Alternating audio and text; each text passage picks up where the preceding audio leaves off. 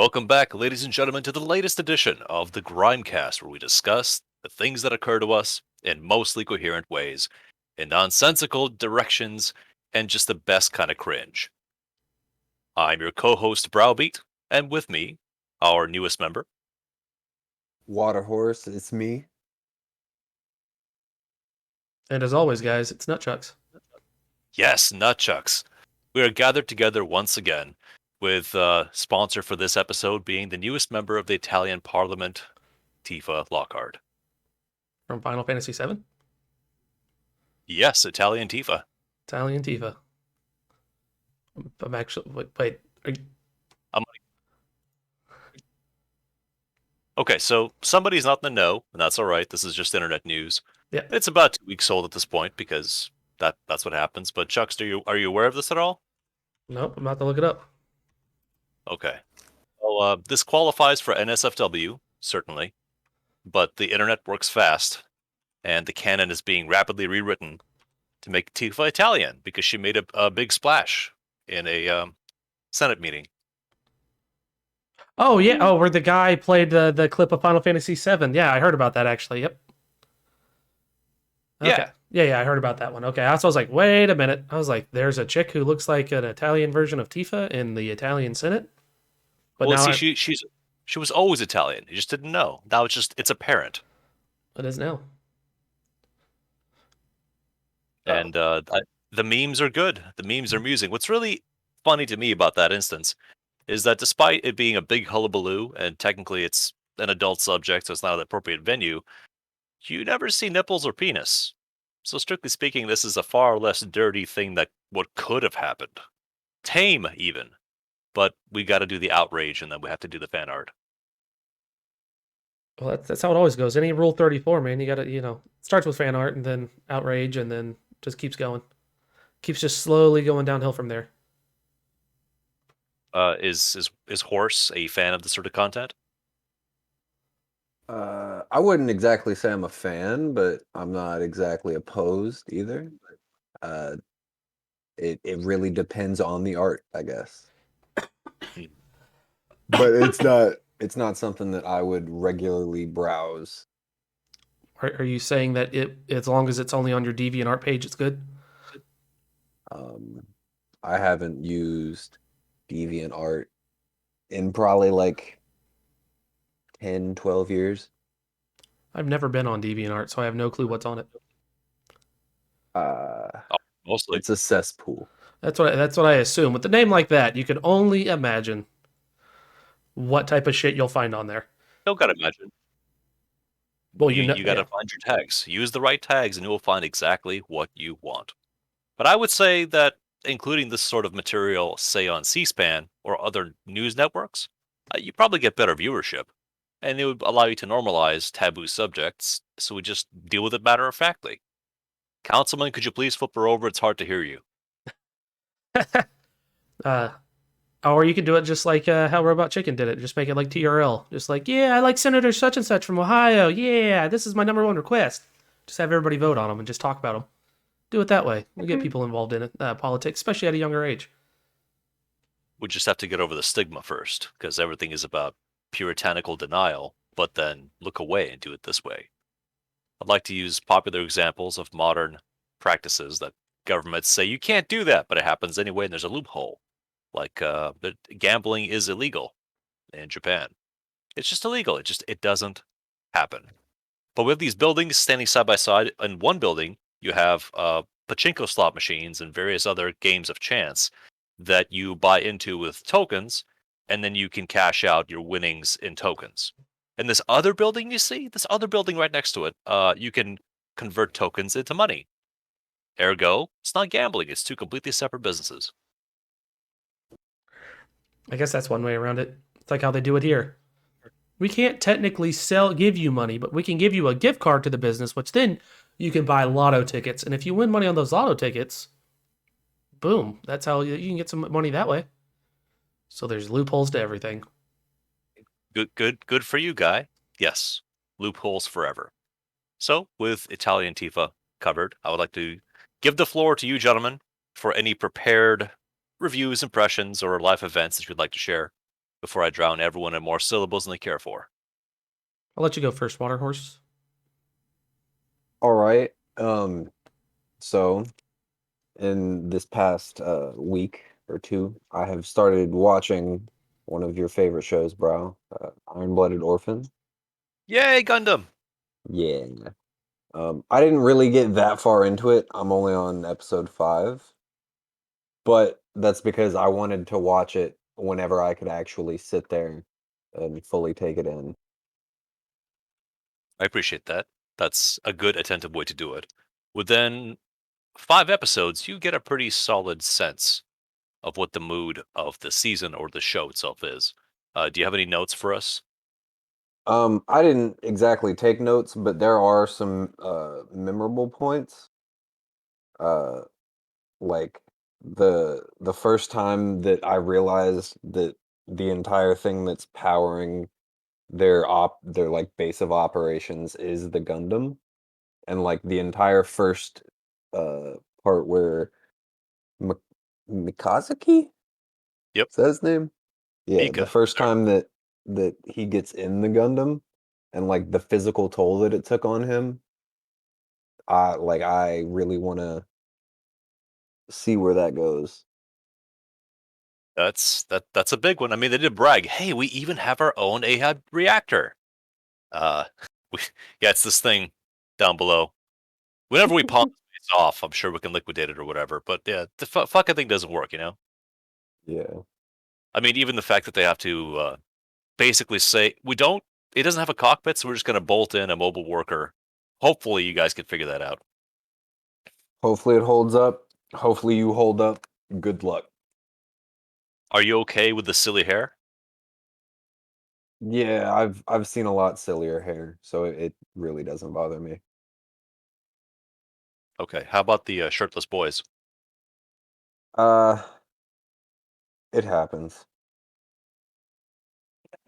Fair enough. Um, some of the names get a little fanciful, but I forgive it because oftentimes it's meant to be sort of a legacy of European cultures in space, and many of the cultures mixed in. I Yeah. don't need to hear Anna Cordelia Bernstein spoken in complete sentences all the time through, but it's gonna happen every now and then. Speaking of, what's your read on the damsel? Uh, I'm not exactly sure how I feel about her. Um, I feel like she definitely doesn't want to like she has a part of her that doesn't want to do what she initially came there for, but she also doesn't want to give up on her original mission. But with her father betraying her, like she doesn't really have anywhere she feels she can go. It's kind of a weird place to be, considering on the one layer it feels like yeah, dad's just gonna get her kidnapped and sold off. But then the kidnappers say, "What if we just kill her instead? Wouldn't that be better?" Like, what kind of fucked up situation is this? Yeah. And then the big stompy shooty robot blappy things. The Yaller horns and then the suits that they drop down from them. Well, I mean, starting with, oh wow, somebody just sniped that kid, to big bullet action in zippy tanks until the big metal men come down, and you realize I don't think the autocannon's gonna go through that one, sir. Yeah. Um, I was honestly kind of surprised that the leader of Squad 3 would completely like cross Squad 1 and use them as bait. That one caught me off guard. And then the fallout from that. Well, when you get the kids to work your equipment and set up your flares, I mean, don't piss off the cook. You might just get a little That's fair. poisoned. But the entire mood, you have to kind of like be on board for this. Is no, these kids are disposable. We just flat out don't give a shit. They're going to keep happening. It's a renewable resource. It's kind of like that one time that in the war on terror, I believe Morocco sent a detachment of trained monkeys that'd be useful for clearing landmines, and nobody batted an eye at that. They go, yeah, cool, monkeys. Mine monkeys. They find the mines and like dig them out, right? Yep. That's what they do. Same shit here. What commodities do we have to offer? Also, I don't know how apparent it is. It's very, very Dune-like, if you think about it. The events happening on Haven't seen Mars. Dune. Oh, well, it's a good story. Uh, the I've events heard on that there's a Mars, lot in it. there's a lot. Well, basically, communication is difficult to manage at this distance. So Mars Yeah. is one of the further out colonies, but it's easy to fly under the radar because there's only so much bandwidth, and the monopoly of the government that holds onto the comm system. They patch some traffic through, but not all of it. So you can do shit that you wouldn't be able to do closer to Earth. And I like that element. So that when the periphery comes back towards the inner cities, if you will, there's a greater sense of, wait, what barbarians are these and what are they trying to do? Yeah. So by episode 5, did they get in the shuttle and take off? I don't think so. They might have, but that was one of the last episodes I was watching as I was passing out the other night. Passing out. Well, that's a shame. Yeah. But then, did you have any sort of reaction to Mika being designated hitman? I uh I kind of expected it, but like the way that he just did it with no reaction was a little interesting to say the least. It was I don't know. The show tells you in its opening shot that there's something about this character, and that will that will continue. I believe the exploration of what's happening and why is it has just enough attention. Doesn't beat you over the head. Might leave you puzzled, saying, "Really? Is this okay?" And then events continue. So you're in good hands. You made it 20% of the way into season 1. Congratulations. It didn't scare you off yet. No. And, And I and actually do enjoy like each episode has had something that I've enjoyed and other things that I can like think about and it makes me question. So it's been a good watch so far. what I question is, why do some of the boys in the green jackets have a red stripe on their jackets? Uh I don't know. Okay, it might come up. Kind of one of those "it was always there" things. But then Yeah. if they address it, you go, "Oh, wow." And as you're watching the show, if you're watching the OP, and you're not skipping it, uh, the Barbatos looks different throughout the season in that pan out shot when everyone's in the field looking at it, as does the crew. So it's a really cool continuity bit that I enjoy. Okay. Because I mean, when this thing is powered up for the first time, it doesn't even have shoulder pads. It's Yeah. pretty bare bones. But don't worry, the boys are scrappy. They take trophies. So good, good, good. I'm glad you're enjoying IBO. Were there any other pursuits of gaming, watching, reading, back alley dealings, kidnappings, etc.? I started rewatching Attack on Titan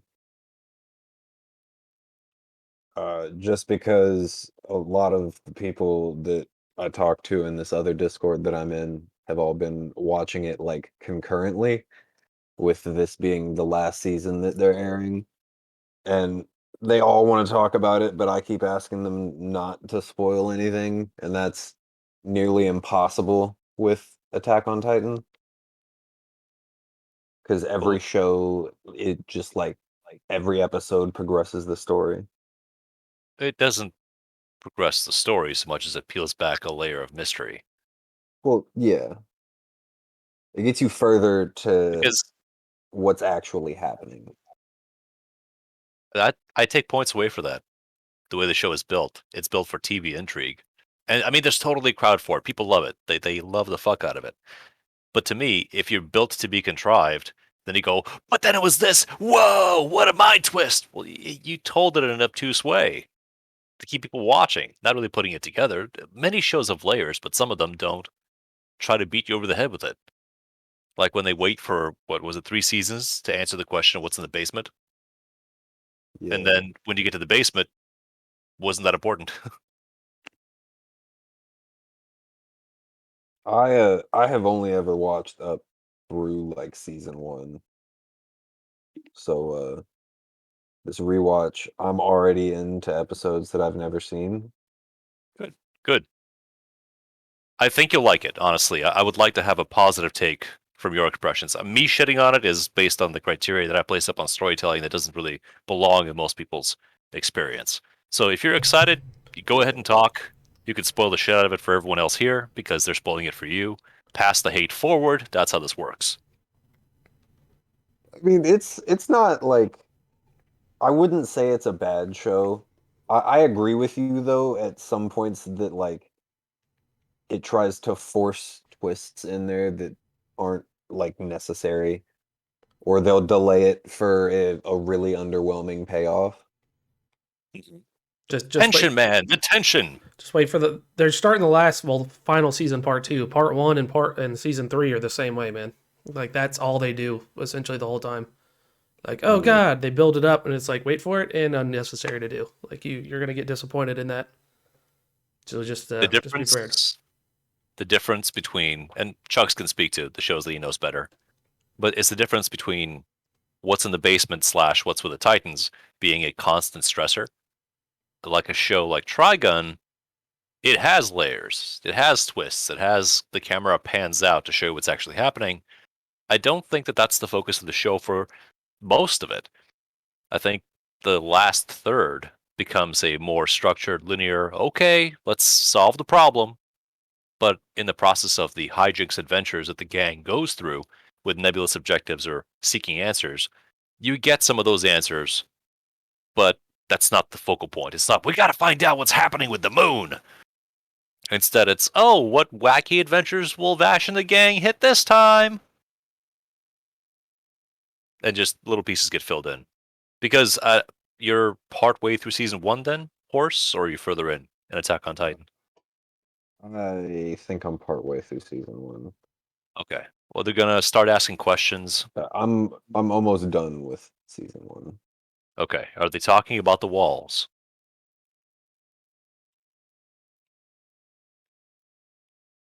No, not yet. But then they will, and it's gonna raise up. I think they have talked about the walls. Yeah, because the last episode I just watched, they're out exploring beyond the walls. Right. Well, they'll drop a big flavor nugget, and if you never think about it, it's just cool and mysterious.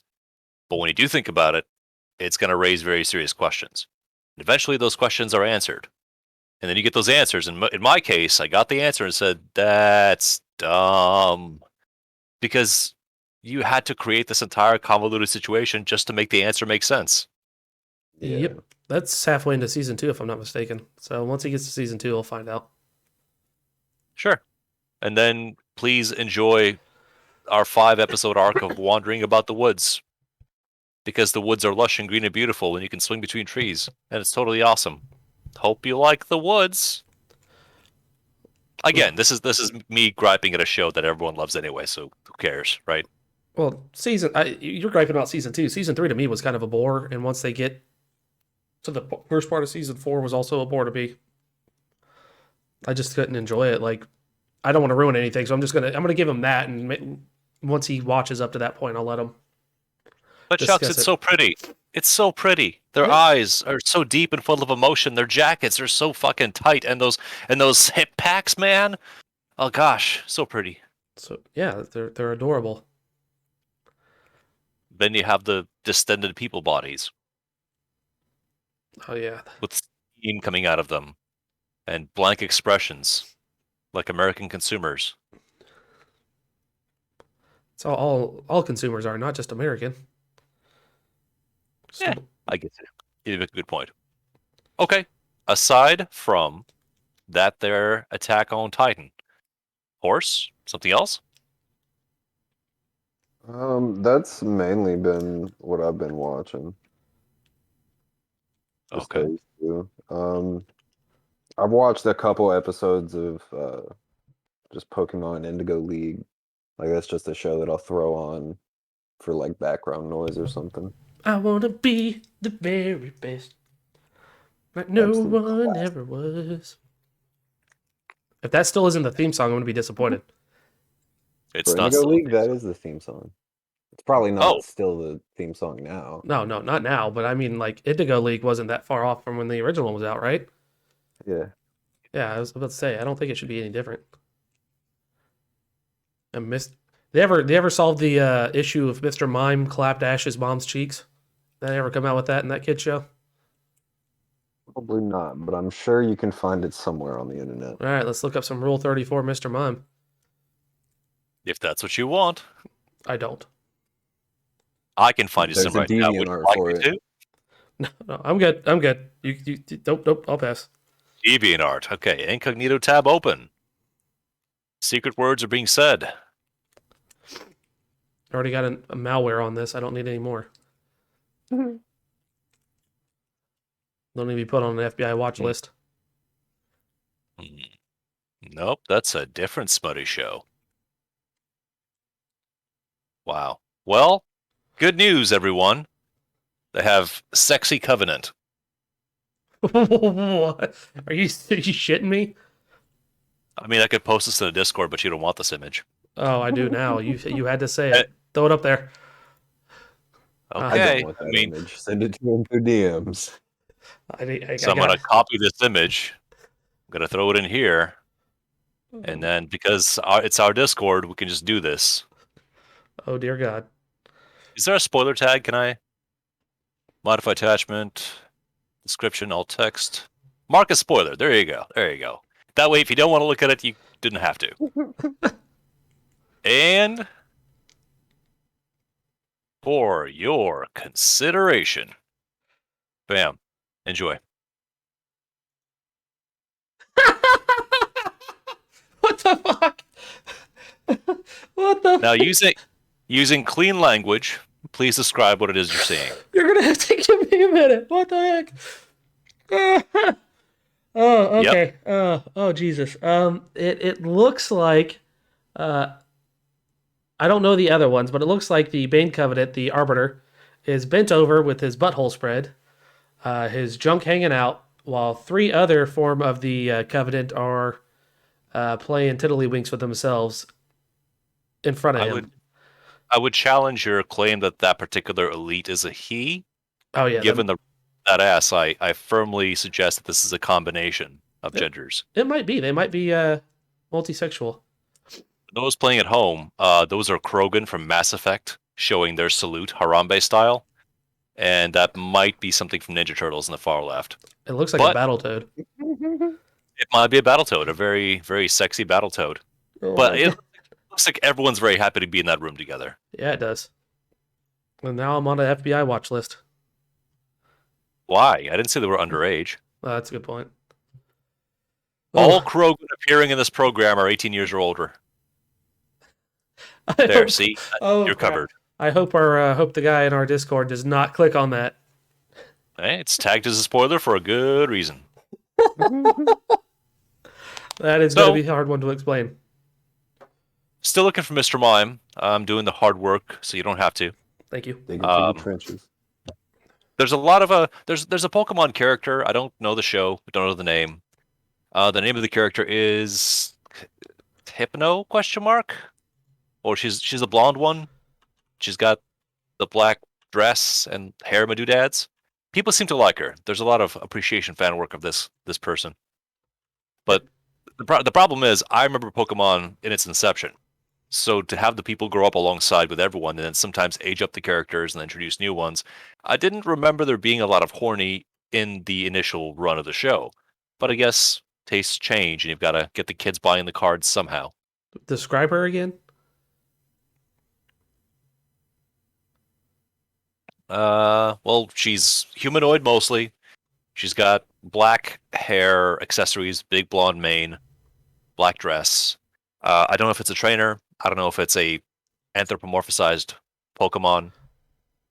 As I'm flipping through these pages of utter smut, I'll see if I can find another one and get a character tag. That's the secret, guys. Get your tags right. Figure out what you're into. Surf those tags, and you'll be very safe. But you'll learn new words along the way. What? Okay. So I typed in Pokemon characters, and I'm going down the list: anime, Sun, Moon, stuff that cute, original fan art, pregnant. What? Artwork, Serena, swimsuit. Cynthia. Cynthia is a Pokemon, apparently. Cynthia is a But Pokemon. does not appear to be a Pokemon based on these interactions. Or Serena, I don't even know. Well, Cynthia is a female in all black blonde hair. Yeah, I see what she is. She looks like a trainer. Yep. Yeah, and she is from. She's part of the Elite Four. So, She's Yep. from Brilliant Diamond. There we go. okay. Good. We have answers. We do. But at the same time, are we any happier? No, not at all. So, I I've mean, lost a little bit more faith in humanity. But this is an exciting new world. You can now watch Pokemon for entirely new reasons. Pokemon Triple X. So you remember the Samsung girl that you told me about? Yeah, Samsung Sam. That was Yeah. the thing that happened. So I read a quote that said, Samsung Sam looks like an upgrade of Rule 34 of the B-movie girl. Okay, good take. I'll agree with that. I accept that take. When I saw yeah, they have a, hold on here, let's see if I can find, yeah, here it is. I'll copy image. 2,300 posts of Samsung Samsung Sam tag. Hard to say. There's your tongue twister. There we go. Uh-huh. Where's the rest of the image? I kept it Top to PG. bottom, come on. Good. He didn't want to have to tag it as a spoiler. Yeah. That's what happens when a bee and a human make a baby. They make Samsung Sam. Then make a nap, apparently. Yes. Oh, in this one, she's got a penis. Well, what the hell? Oh, and this one has her bending over a pentagram, and there's an unbroken tube of scat pooling at her feet. People are into some stuff, man. I'm not saying that's me. I'm doing the homework that you're not necessarily qualified to do. Yeah, I appreciate that. I've had training. You haven't. You're still stuck on 10-inch Mutant Ninja Turtles. Well, at least they got April O'Neil to play April O'Neil in that film. Yeah, that is one of your favorite factoids. Useless factoids, but still one of my favorites. It's not useless. It's just contextually hard to shoehorn into a conversation organically. More orgasmically, am I right? Oh. Well, if Horse wants to flee from this subject, he can name something else, or we'll just keep digging deeper, because why not? R34, man. You don't have to shame anybody. Just if it's something more harmful, maybe have a conversation about that. Have you ever seen the original thing, Anthony, with the R34? Or it's the 100 Rules of the Internet? Yeah. No, I don't The think internet I have. rules. Okay. Yeah. So that's where R34 comes from. It's Rule 34 on the list. Anything you can think of or have thought of will be made into a porn on the internet. And the example is toilet bowl amputee midget porn or something like that. And it's just a midget with a toilet bowl around her neck, missing both their arms. And it's just a still frame photo of that. And that's like, oh, okay. Thanks, 4chan. Now, that was done in God, like when I was in high school, so like 15 years ago. It's still remained. But at the same time, you get these legacy what's going on here situations, right? Where people go, oh my God, that's so grotesque. And then 10 years later, they realize, oh yeah, that's also that was fake. That was made specifically for controversy. Nobody's actually into this. Blue waffle. Whoop. Found it. You know what that is, Anthony? Or Horse? I keep calling you that. My bad.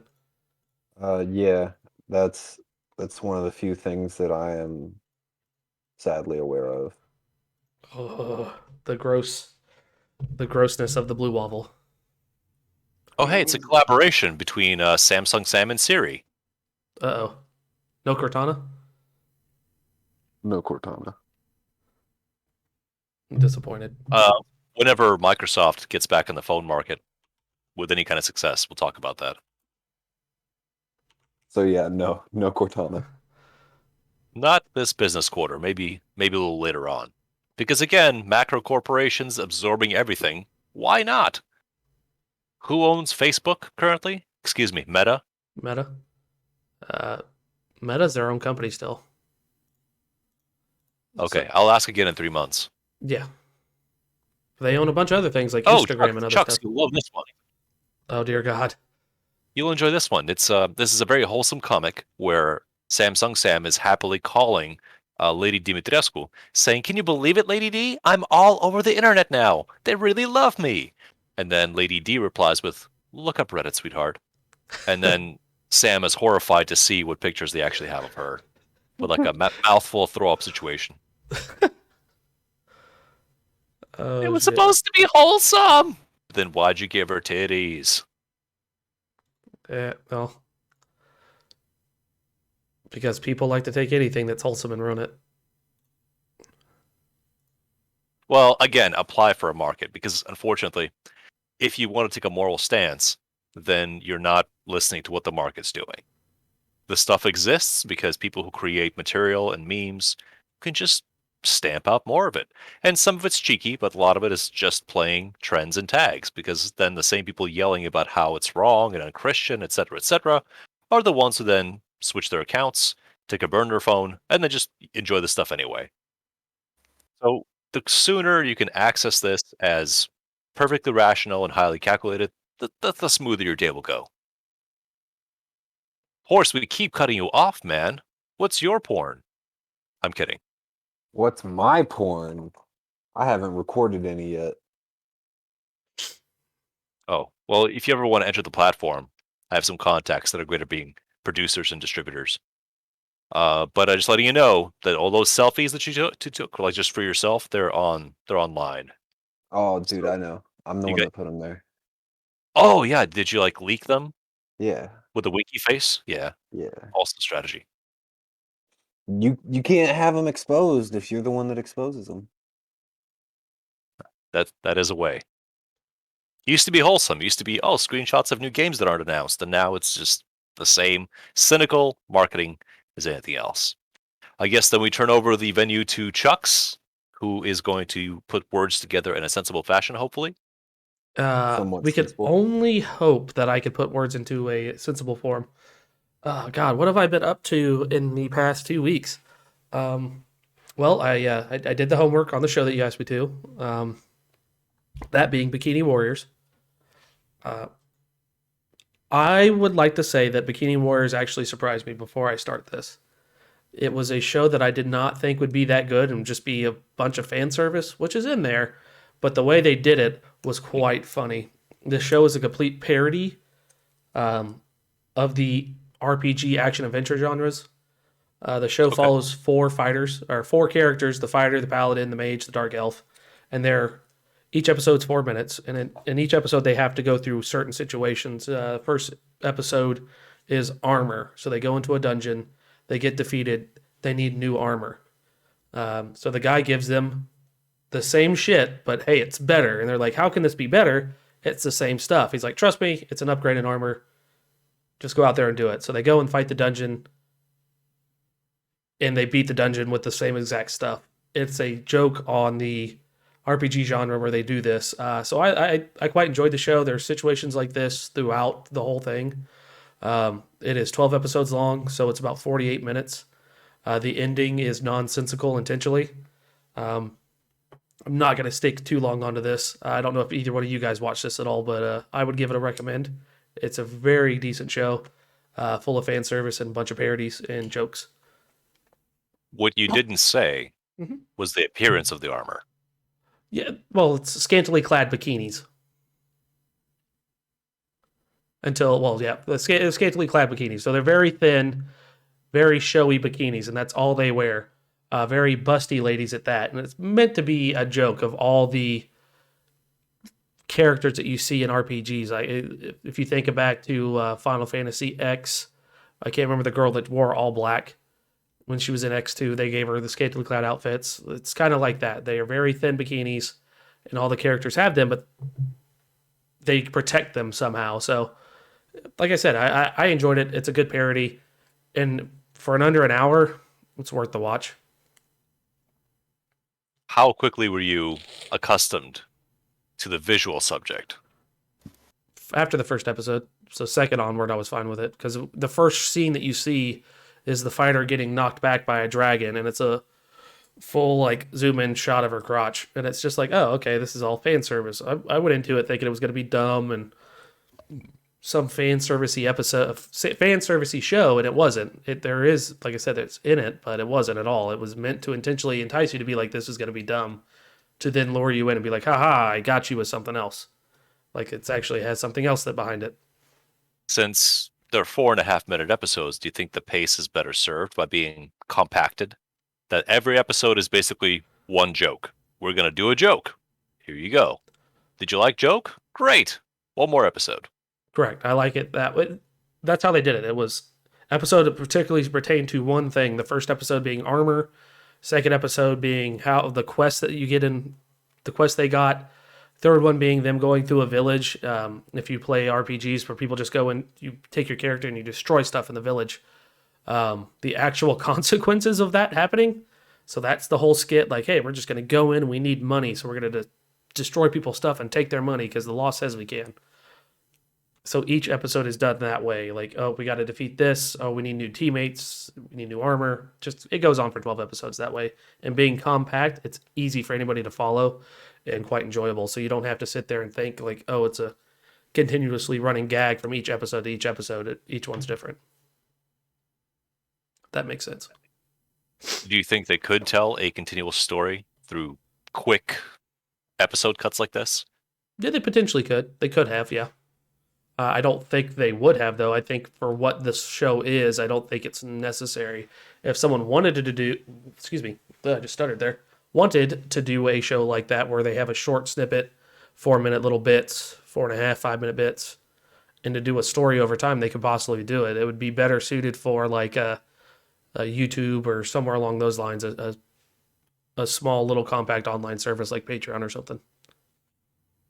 Or an NFT cartoon. Haha! There you go. That too. No, please don't do that. There was a show that I began to watch but didn't finish on Netflix when I was very much in the middle of the Yakuza games. The show was called The Way of the House Husband. I think they might have released more episodes since. And it did not click with me because very much like Bikini Warriors, the show was about very short episodes that sometimes have multiple quick jokes within them. So a 5-minute episode might have 2 or 3 plot lines that resolve, well, in minutes. And it became very formulaic very quickly, which was kind of disappointing because I thought, okay, the guy used to be in the Yakuza. This is established, or at least it's heavily implied. And this guy's a terror to everyone around him. They're all so scared of this guy. But all he does is like cook dinner or go grocery shopping or walk the dog. But now house stuff. So the juxtaposition, the jokes, they make sense. But they didn't build on each other. It was just another what-if quick variety cartoon comic, like a webcomic. And I thought, you have a decent premise here, but isn't going anywhere, so I think I'm out. Did you have something like that with Dynasty Warriors? Same thing, right? Yeah. Bikini Warriors, Chucks. No, I never got tired of it, actually. I wanted to keep, because I knew it was so short that I could watch it in one sitting, that I wanted to see how this person did this. Like, what was the ending and what was the final thing and what funny joke would they tell next? Because 5 minutes to me isn't that long. Like, an hour and 12 episodes isn't going to bother me. Like, so it's like, okay, I wanted to see it. I didn't get burnt out because each joke and each story for each episode was different. Mm-hmm. Did you have any standout episodes that you saw them and said, wow, clever, wow, cool, I liked it. Nice boobs, but the episode was fun. I liked the first and the third episode. Like I mentioned those two. That's the one where you and the end, the very last episode is there is no end, or this end has no meaning. Those three stood out to me a lot, just because I've done the stuff they do in those episodes. Like, I've always questioned why people buy armor in games and they're so scantily clad for the women. I go through towns and games and just destroy everything to make money, and there's no consequence. So to see that happen, it stuck out to me a lot. And then the ending's just a bunch of random cutscenes that are just flash, flash, flash, flash, flash, and then all of a sudden it just ends with them, and it's gone, and it's a bright flash, and it's the end credits, and you're like, what the hell? So that stuck with me because it was so weird and stupid, but you're just like, well, this is memorable because it's dumb. And I didn't like the episode, but it just stuck with me. Okay. Now, What if it was actually dirtier? I don't. Well, then it would be a hentai, and I wouldn't want to watch that. Okay, let's take the shame out of it. Well, yeah. The ew, I wouldn't be with this. Just the idea being, we're also going to lean a little heavier. I mean, you can just about see everything, but here come the tentacles. Would that be better, worse, indifferent? It'd be worse. I think it would make the show worse. If you were poking fun at shows like that, there is a scene that actually does happen that way in the show. They're trying to fight some tentacle monster, and all of a sudden it starts groping one of the girls, and it does what every hentai tentacle monster thing does, and starts groping them inappropriately. And I'm just going, what the hell? But it's because the paladin's trying to save everybody. She's like, I will protect you, and I'll become stronger. Don't worry, I got this. And then they're just like, what are you doing? We can all help you defeat this, and they destroy it. But while she's trying to defeat the monster by herself, essentially they pull like almost a Evil Dead type situation with the tree, and you're just like, what the fuck? So Well, that's a pretty grim take, though. That tree scene is mean. There's yeah. nothing warm, wholesome, or really even sexy about it. It's just, okay, that plant is gonna pull her apart. That's the movie now. Well, yeah. Wait, are we talking about the original one or the new one? I was talking about the original. Okay. I didn't know they went back to it because that was something that didn't happen in the Evil Dead sequel or Army of Darkness. That was a one-off back when it was a super low-budget horror film with no pretense to comedy. I thought, that's a choice. I know what you're doing, and I'm not sure how everyone else took this, but I think they remembered. Yeah, this sticks with you quite a bit. But I know they remade the movie in 2013 or 2014. I just wasn't sure if they did that in that either. I doubt it. Because again, it's all about tone. It really is. I'm not condemning the thing itself. But if you're going to go do it, what is your intention? Because sometimes I want to feel my pants move. So if that works for me, great, it's there for me. But should that not be the case, are you trying to go for sexy and terrifying and funny and political all at the same time? Because something's not going to work here. I think But that's me. What do I know? Yeah. With this show, it was different. It was hey, we're just doing it to set up the story and keep going. I don't think though that it wasn't necessary to do. There was no need for it, but I get why they did it. Like it's like, hey, we're just gonna kind of build the story up a little bit more for a quick second, and all right, now we're done. Like, oh yeah, the power of friendship. They don't really need it, but it's something silly that happens in all these freaking games and shows and adventures.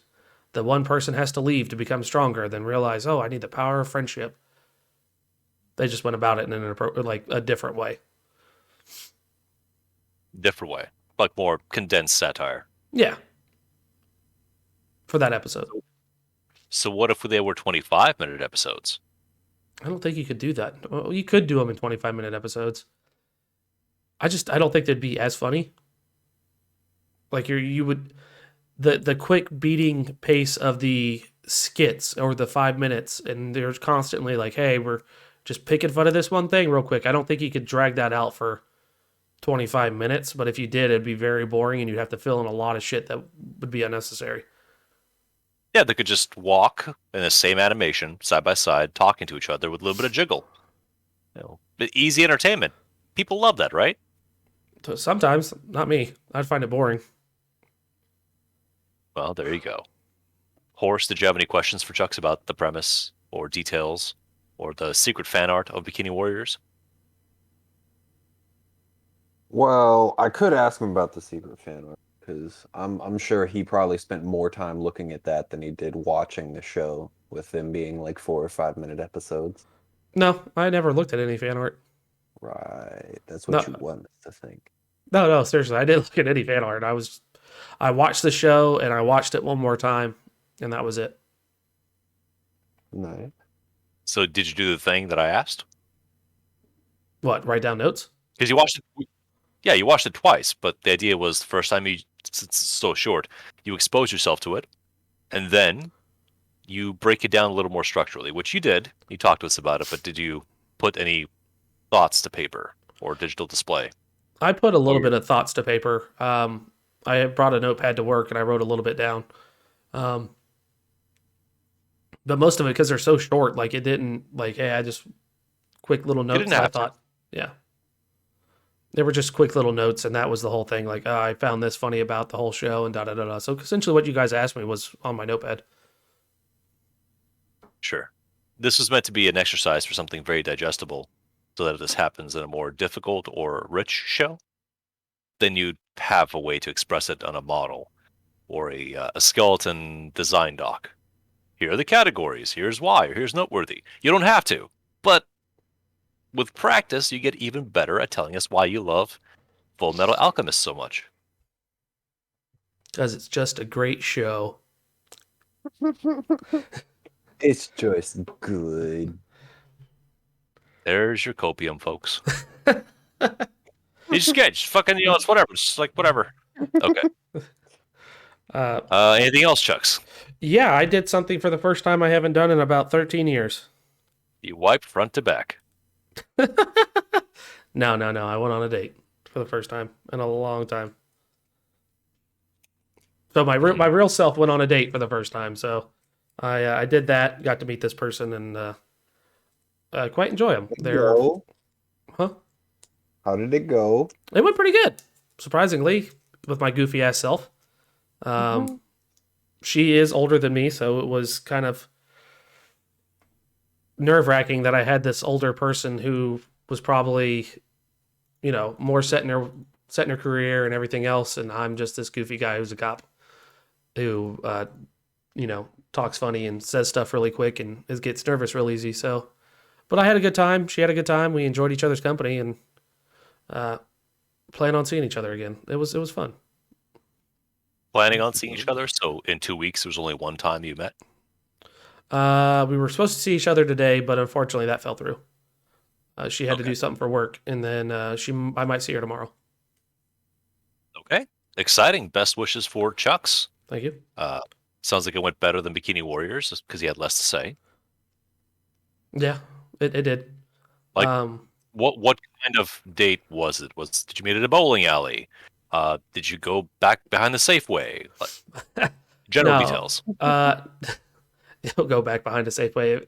Anybody where we live will have no clue what the fuck a Safeway is. Like, what the fuck is a Safeway? No, we went to the park. We walked. We went back and we had sushi and we talked for, God, we were there for 2 hours, 3 hours. We finally we started. The date started at 5, and we got done about 9:30. So we spent a lot of time talking to each other, walking around. Even after we got done eating dinner, sushi and noodles, I had a pad woon sin. I hope I said that right. You sinned? You did sin by going to a place that makes combination Thai and sushi. I did. Sushi Thai. Not Thai sushi, but sushi Thai. I see. We went there and then we walked around the parking lot for a bit just talking and then spent time together talking more until about 9:30 when she had to go take her kids or tuck her kids in. It sounds pretty wholesome. Did she lead the conversation or did you do that? I did. She was afraid that she was talking too much. And I was like, no, that's not an issue. I don't talk a whole lot. But I was trying to force myself out of a comfort zone and not be worried about like saying something dumb. I just wanted her to feel comfortable. So I was like, all right, I'm just going to keep talking and hopefully, things work out. And it did. I did put my foot in my mouth a couple times and I realized that. And I was like, oh, shit. But she didn't mind. She was like, hey, it's all good. And she was, like I said, she was more worried about her talking way too much. She's like, I talk a lot, so you can just tell me to shut up. I'm like, you're good. I don't talk enough. So it was. Is there anything you guys connected on? Any single subject saying, oh, wow, I enjoy stepping on puppies too? Our music taste. That was our big thing. I asked her why she wanted to go on a date with a guy who's 9 years younger than her, and she said she was intrigued. And I said, huh, okay. And I've never had anybody say, hey, this is intriguing to date a guy who's in his early 30s and I'm in my 40s. So I was like, ooh, all right. So I got nervous and I asked kind of like, what was she into? And she's real big into reading books, and I'm not. But our music taste was a big thing, and we enjoyed our taste of music and everything of the sort. So we kept talking about that. Mm. That's encouraging. That means maybe once upon a time, you'll say, well, do you have some books you like that I can listen to on my preferred subscription platform? Yes. I told her that. We were laughing. She's like, well, what was the last thing that you read? I was like, well, listened to the Dark Tower series up to like book 4 or 5. And she's like, you haven't read them? I'm like, no, I mainly Audible everything because, what I do and everything. I can't just plop a book out all the time and read it. It's my crippling dyslexia. Yeah. She thought it was funny. But she's real big into like economics and finance and leadership things. So she reads a lot of those books. Okay. Has she said the word Robert Kiyosaki? No. Don't even know who the hell that is. Let's find out. Robert Kiyosaki. If you hear those words, you say, well, it's been great, and then you leave.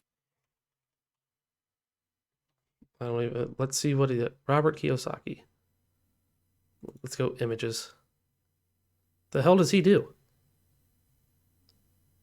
Rich Dad, Poor Dad? He wrote that? He shuffles money. You know the name Dave Ramsey.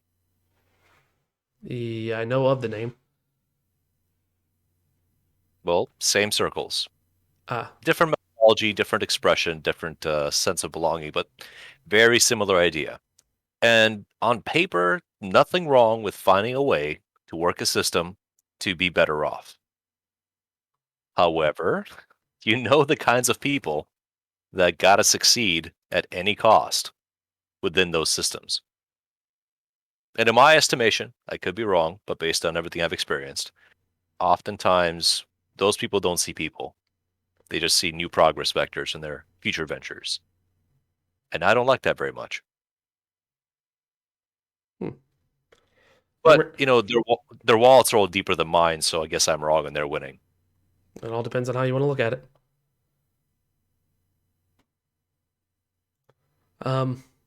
Just economically. All right. What else? I did watch another show. I watched a show called Knights and Magic. That show I did not write anything really whole lot of down on, but I think I remember sending you guys the message, and you guys can answer all these questions too. Do you like anime? Do you like mecha? Do you like gunpla? Do you like magic? Do you like isekais? And do you like little boys? If you answered yes to all 5 of those questions, you have found the anime for you, and you're now on a government watch list. But Knights and Magic follows a young man who was a gaming programmer who gets killed by a bus and gets reborn into another world as a young lad. He keeps all of his memories from this world, and when he goes to this world, they have giant mechs.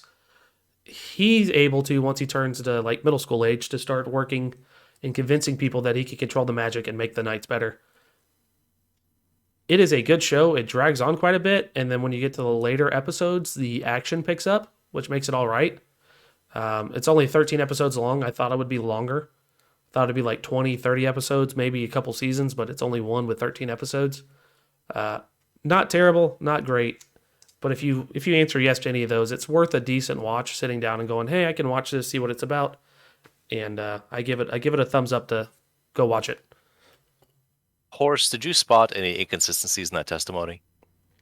Yes, there's probably plenty of them. There were a couple. Okay. Let's name all 8. Go. It's pretty good. It drags a little bit, but the fights pick up towards it. It's not great. It's not awful. So high recommend. I did say high recommend. I said I'd recommend watching it. Doesn't mean I'd watch the show. I'd recommend watching it. I'm not going to say it's the greatest of all time. Oh, there's ways to express this.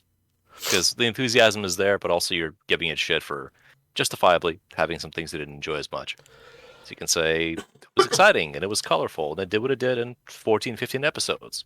That's rare. Usually it takes you 50 to get anywhere. You didn't mention fan service. I'm sure there was some. Not really. Especially little boys. And you had me intrigued at mecha and magic, but we did not go into that, which is kind of interesting because usually one precludes the other. You don't get to have magic sorceries and big stompy bots. Can you go into that for a sec? Yeah, I can for you. So the mechs are built with a thing called the like a stone that gets the ether out of the air to use magic. And you have mana. The mana is what you use your magic with. It's a whole thing. So your mech, this boy, redesigns the mechs to have muscles, the inner workings, to run more efficient and lift 30% more by using less mana. And what these mechs do is that they're like knights. So they have a magic wand on their left hip and they hold a sword and a shield. His redesign gets it where they have an extra pair of arms on the back. So when the arms come up, the wands are already there and you can use your magic. So it was something different because, like you said, I've never seen a mech show where it goes into like a medieval time and saying, hey, you mechs and magic. It is done in a tasteful way. I'd like to see them delve into it more. And it just the little bit that they show is kind of neat. It's just essentially this main character trying to build a better mech each time. So every time there's a new battle, the mechs are destroyed, and he's like, okay, well, we can build the mechs this way, and we can use the magic in a different way to help out. So how can I explain this? So he uses the mechs at the beginning, realizes they're terrible, creates them, they get stolen, so now he creates a different mech that is like a centaur that can carry a more efficient mech into the battlefield. By doing so, he makes his empire more powerful. And it keeps revolving from there. Hold on a second here. And Sorry, I could barely breathe. who made this boy emperor? He is not emperor. He's just a little tech boy who goes to school. Because you said his empire. Well, the empire he works for. I'm sorry. He becomes the head of this special corps. The king sees him building all these mechs and decides, hey, you're doing a pretty good job. You have made a more efficient mech. I'll give you your own group to keep building mechs. You'll be called the Order of the Silver Phoenix. And you'll do all this for me. And that's what he does. And that's his whole goal. He doesn't want to have his own land, doesn't want his own kingdom. He just wants to build fucking mechs. For the sake of the anime, I know these are questions that are not... The anime doesn't want to answer them, but I do. So this is an isekai, so this kid falls through into reality. Or he was a grown-ass man, but now he's a babby. He's a shota, right? Mm-hmm. Correct. And then how does he get to approach, much less use a mech? Because I'm going to imagine that they're a government entity. And if you were a constable and some kid jumps into your cop car and pulls off sick moves and donuts, I don't think you're going to say, that's awesome, come work for us. You might have different feelings. That's essentially what happens. No, yeah, I understand that, but I'm just... So that's challenging for me to work through because it's utter wish fulfillment, which is fine. But you say, this is a cool magical anime with mechs. And I say, yeah, but Escaflowne did that, but gooder. I haven't seen Escaflowne, so... yeah, so essentially what happens is this he goes to the magical exams when he goes to school. He's supposed to be like an 8-year-old or a 10-year-old. And he's like, if I can do this magic, will you put me in the mech building course? And they're like, no fucking kid your age has ever done that. We're not putting you in that. Well, he builds this little special gun thing, then he blows up the course essentially. And they're like, you get to go to the middle school and do this, what you asked for. Well, he goes there, they're evacuating because this giant mecha monster is destroying everything. And he helps save the day by destroying this giant monster by stabbing it in the eye. And everybody's like, how did you do this? And he's like, well, I got some ideas and designs. If you let me, for me saving the day, if you let me build my own mech, I can show you to make it more efficient. And that's how it happens. It's him coming in, doing, like you said, sick donuts and being a badass. And they're just like, that's cool. You get your own mech. Do it. Little silly, but it drags the story on. It can be silly. It's allowed to be silly. My concerns typically are, does this make sense to itself? we can always refer back to the Wolfoids conversation. The plot advances, and the audience just has to hang on and go, okay, I guess this shit's happening now. As opposed to, yeah, that was a sensible measure. This seems like a world that exists. Because the entire, I should correct that. One of the pillars of an isekai is that it's another kingdom, if you will, right? Hypothetically, it's a different world that's existed without the new reincarnated person's knowledge, and it can exist on its own. The new person is the disruptor, but they usually get to learn about the world rather than immediately start fucking with it. Because the other version of the isekai is the custom Skyrim server on your house, in your house. That's basically just complete wish fulfillment, and nothing works, and you're all powerful. Also, everyone's naked and has the big titties. His is that he gets reborn and then he grows up for a little bit. So he's been living in this world for a while, which is a little different. Nobody burned him at the stake for talking weird words. Nope, not in this one. Probably should have. Also, if he's a games designer, is it possible that he was one of the Ubisoft employees that was doing texture coding for Blades of Grass in Odyssey, and then he got hit by a bus, and then he got reborn? It's like, does anybody need any textured grass? And they say, what the fuck are you talking about? Speaking of Assassin's Creed, that's what today's game is Black Flag. Cool. Yeah. Good. Pure coincidence. Maybe could have been. We could have been at Ubisoft Tokyo or some shit. Shanghai. I'm giving isekai crap when they feel lazy. They feel lazy. Because the idea here is it's much like Sword Art Online. Hey, I like MMOs and incest. This is the show for me. Incest? Who fucks their sister? Have you not heard? Which episode is them fucking? Okay, well. Yeah, wait.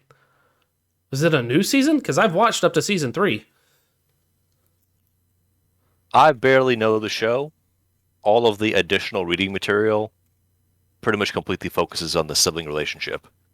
And that didn't come from nowhere. So that's why I said what I said. Oh, yeah. So his cousin, the cousin that lives with him, that she has a hard on for him, but then she can't. Yeah, oh, gotcha. Okay, that one. Gotcha. Season 2. They didn't say cousin, but be it. He calls her her sister, but in the English version, he's like... He calls her his roommate. That's safe. She just lives here. That would have been better, but I know in the English version, he's like, oh yeah, it's my cousin, but we call each other sisters because we've been living with our grandfather ever since we were little. Yep. All dick girls appearing in this show are 18 or older. 18 months or older. Got it.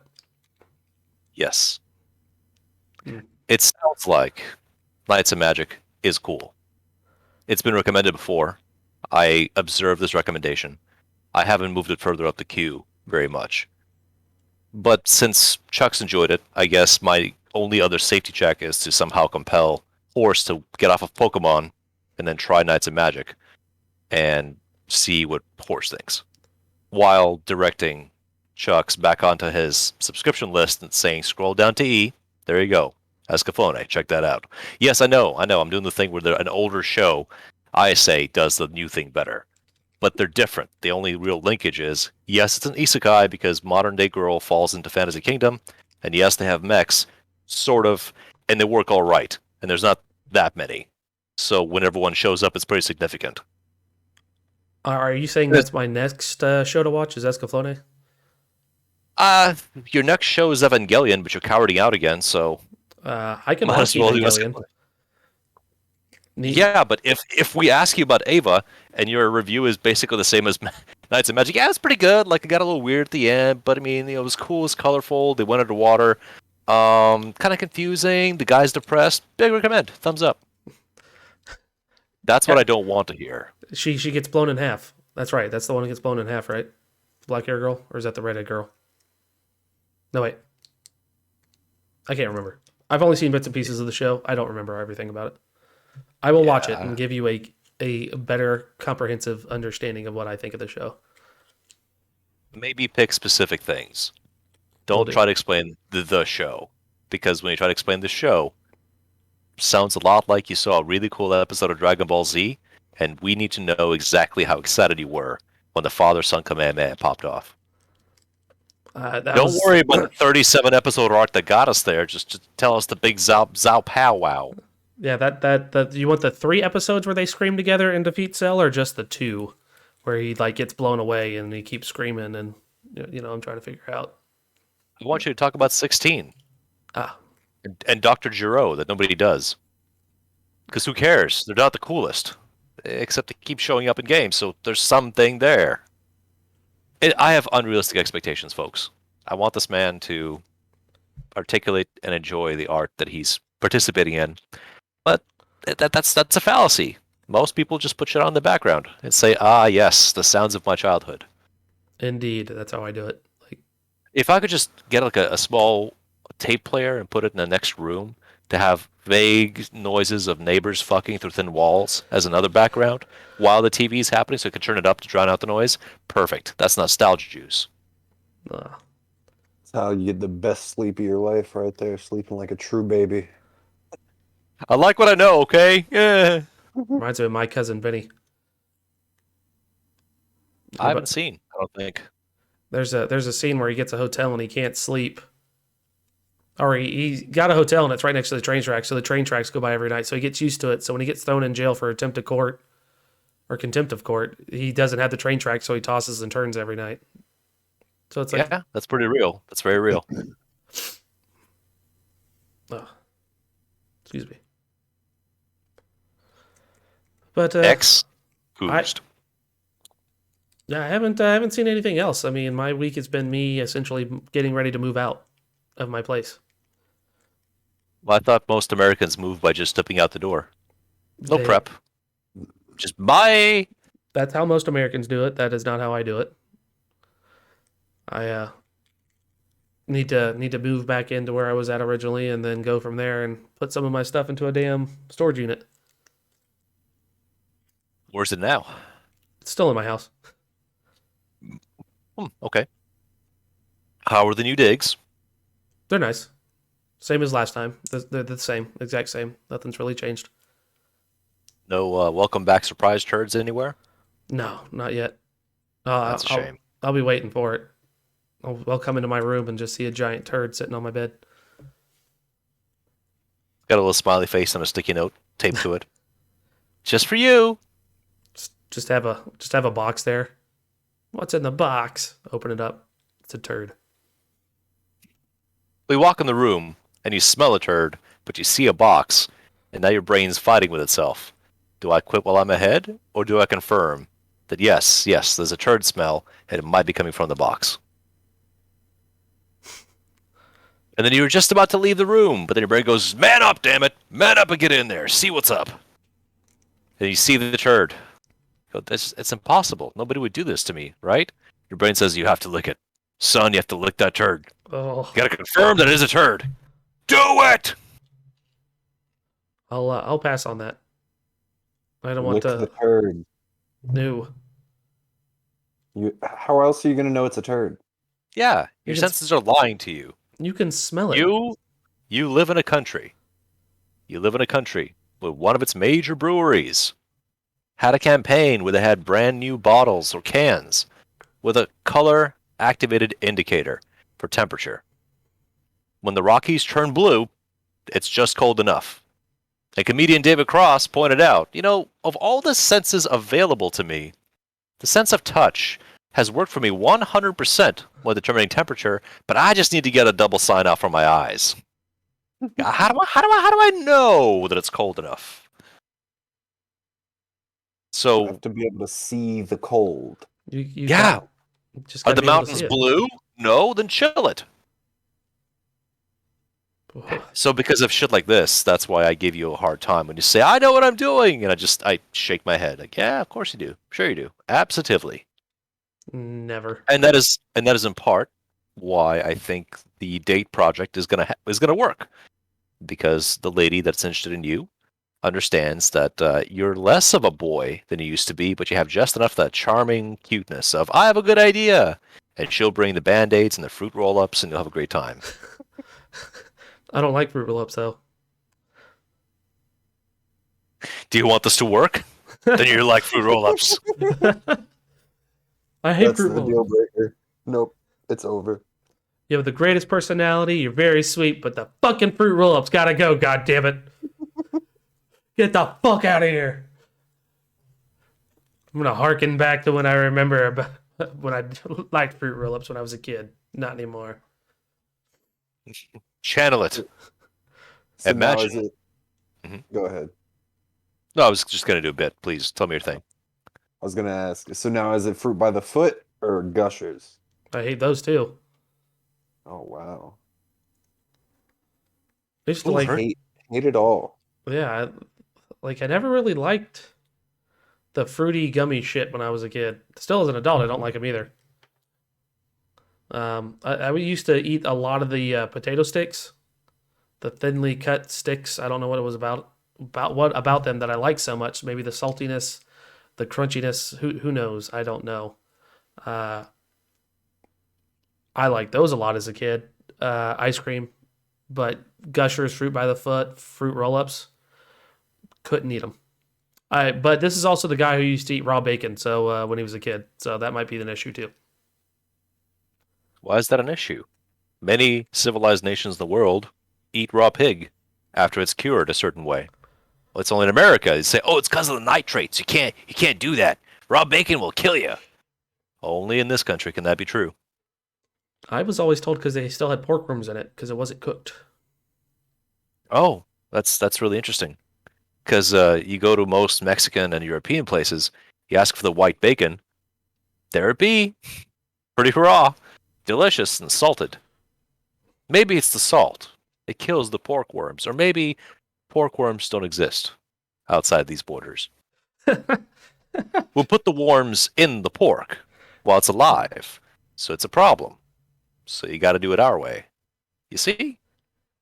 They'll never fucking know. Fuck them. They're stupid. Here's this fat-free, milk-free, free milk. What? Yeah, the fat-free, milk-free, free milk. Fat-free, milk-free milk. So it's water. Yeah. Yeah, No, it's the no, listen, fat-free, dude, free, dude. fat-free, free milk. Yeah, you're not listening. It's the fat-free, free milk. Okay. What's so hard about this? Look at this guy. He doesn't even fucking know what the free milk is. That reminds me of almond milk. No. So is it free? No. $8.99 a gallon. Why is it so expensive? Because it's fat-free, free milk. I saw a video yesterday. I think you guys would like it. It's a kid. He's like, I like drinking strawberry milk because it's vegan. It doesn't come from a cow. And you see like this group of guys just laying over, like it cuts. And they're like, did that motherfucker just say strawberry milk was vegan? I don't remember seeing tits on a goddamn strawberry. And that kind of reminds me of that. And same with almonds. You can go Yeah. on though. That's a related subject. Absolutely. You're welcome. We harken back to Lewis Black because they call it soy milk instead of calling it soy juice. Because by saying soy juice, you want to gag. But he can prove that there's not soy milk because there's not a soy tit, is there? Nope. No. Exactly as you said, Chucks. Same joke, same thing. But yeah, it's a cute, funny video. And then on top of that cute, funny video, I will continuously be mystified that eggs are vegetarian. Or vegan, one of the two. Probably vegan, but that makes no sense to me. Like, yeah, it's not meat. How is the yolk not meat? Yeah, it's not meat. It's vegetarian. Vegan. Vegetarian? Yeah. Vegan is no should- animal products at all. Vegetarian, you can have some dairy product. And I can test that. I can test that it's not an animal product. It's just something the chicken shits out. It's a parasite. It's not even desirable. They don't want them, you know? I didn't make this. It just happened to me. I know. But this is the same kind of argument as, oh, it's vegetarian, but it's yolky, meaty proteins. It's an embryo, basically. Why is it that when it happens to a person, it's an abortion, but when it happens to a chicken, it's an omelet? No one ever said it wasn't an omelet after a person does it. They do scramble it how you up. prepare it. Yeah. Yep. Throw some liquid smoke on that bitch, and it's great. Oh, Tabasco.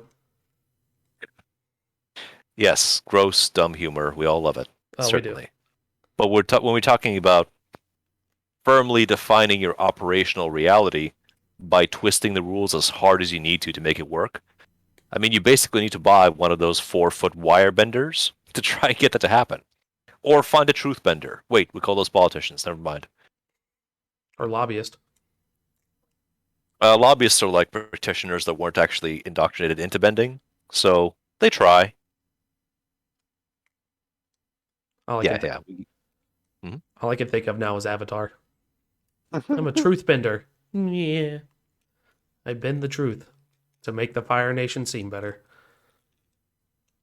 Take that. I was thoroughly disappointed that there wasn't a cabbage bender towards the end. My cabbage! Well, yeah, that's the joke. But Yeah. by the time of the eclipse and everything else happening, the man got so fed up that he just channeled cabbage as an element, combination of water and earth realm, and that's what took down Fire Lord Ozai. Just getting smacked in the face with cooked cabbage. But no, we can't do that. Well, you think it's cooked cabbage, but again, try and follow me here, please. This is your realm. These are the things you dig. Mhm. If we have esoteric arts that are introduced in the show a couple of times, like steel bending, which isn't supposed to exist, and lightning, which is a purified form of fire, I guess. Oh, and of course blood bending, which it's totally in the water school. Why is it so hard to presume that cabbage bending would be more elaborate than smack that fucker with a cabbage? You could do so much. What if the cabbages, all the leaves could separate and become razor shards to slaughter people with? What if the pits could be used for amplified strength? What if you could roll them into a katamari? Why is it? Because the writers didn't push it in your face and say, look, we're clever! If you say, oh, what about a brick bender? Ha ha ha, hit him with a brick. Well, that's the first move, sure. Like Katara practicing with her water jug, making figure eights in the air. But think about it. There's so much more you can do. It's basically like like the Force or like Superman. It does whatever you imagine it can do.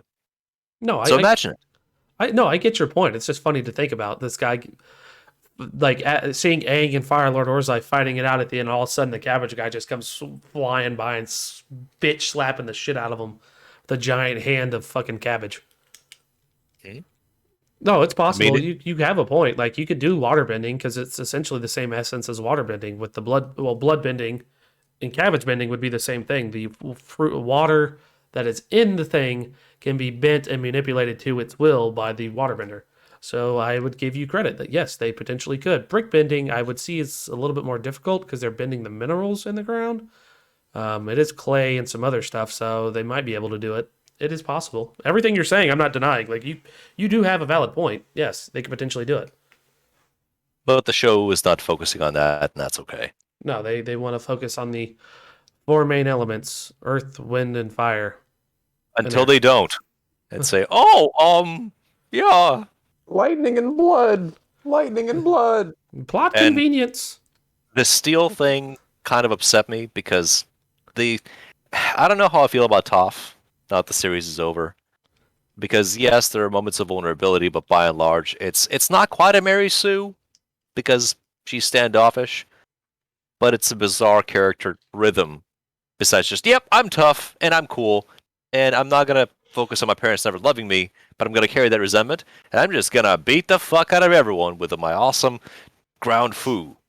And then in a perilous situation, Toph is able to discover, spoilers, that she can affect metal, which is supposed to be undoable.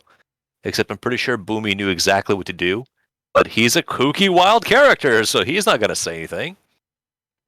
But then by the end of the show, for PG reasons, I guess, nothing ever happens with steel outside of rigid cracks and punches and breaks. Whereas we see that even with Earth, it's not that rigid. It can do all kinds of amazing feats of bending imagination. Whatever it needs to do, it does. Like even the Kanpei Tai, secret state police in the Earth Kingdom capital, them having their police gauntlets and using those as fighting weapons and bending the rock there, I thought that was a really cool stylistic choice. But because the good guys have to win, we can't use that to overpower them. It's just, once again, there's a merchant in that kingdom, and he likes to sell stupid socks. He doesn't tell them what they are. They're just really nice socks. So I mean, no, I get what you mean. They delve more into the metal bending in Korra, Legend of Korra. So because Toph becomes the head of the police in Korra, her daughter is a very well known earthbender, and well, both daughters are.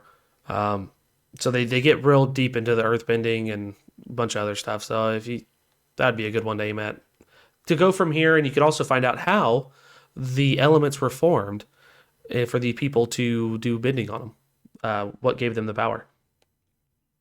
I think Grugu. Rugu, Grugu. Grugu, Yeah, it's that or Bender. One of the two. the sea lion turtles. Yeah. I see turtles. All right, Chucks. Any other explorations, wanderings, fiddlings, games, books, cooking recipes? No, not really. Not recently. What about you, sir? What have you been up to?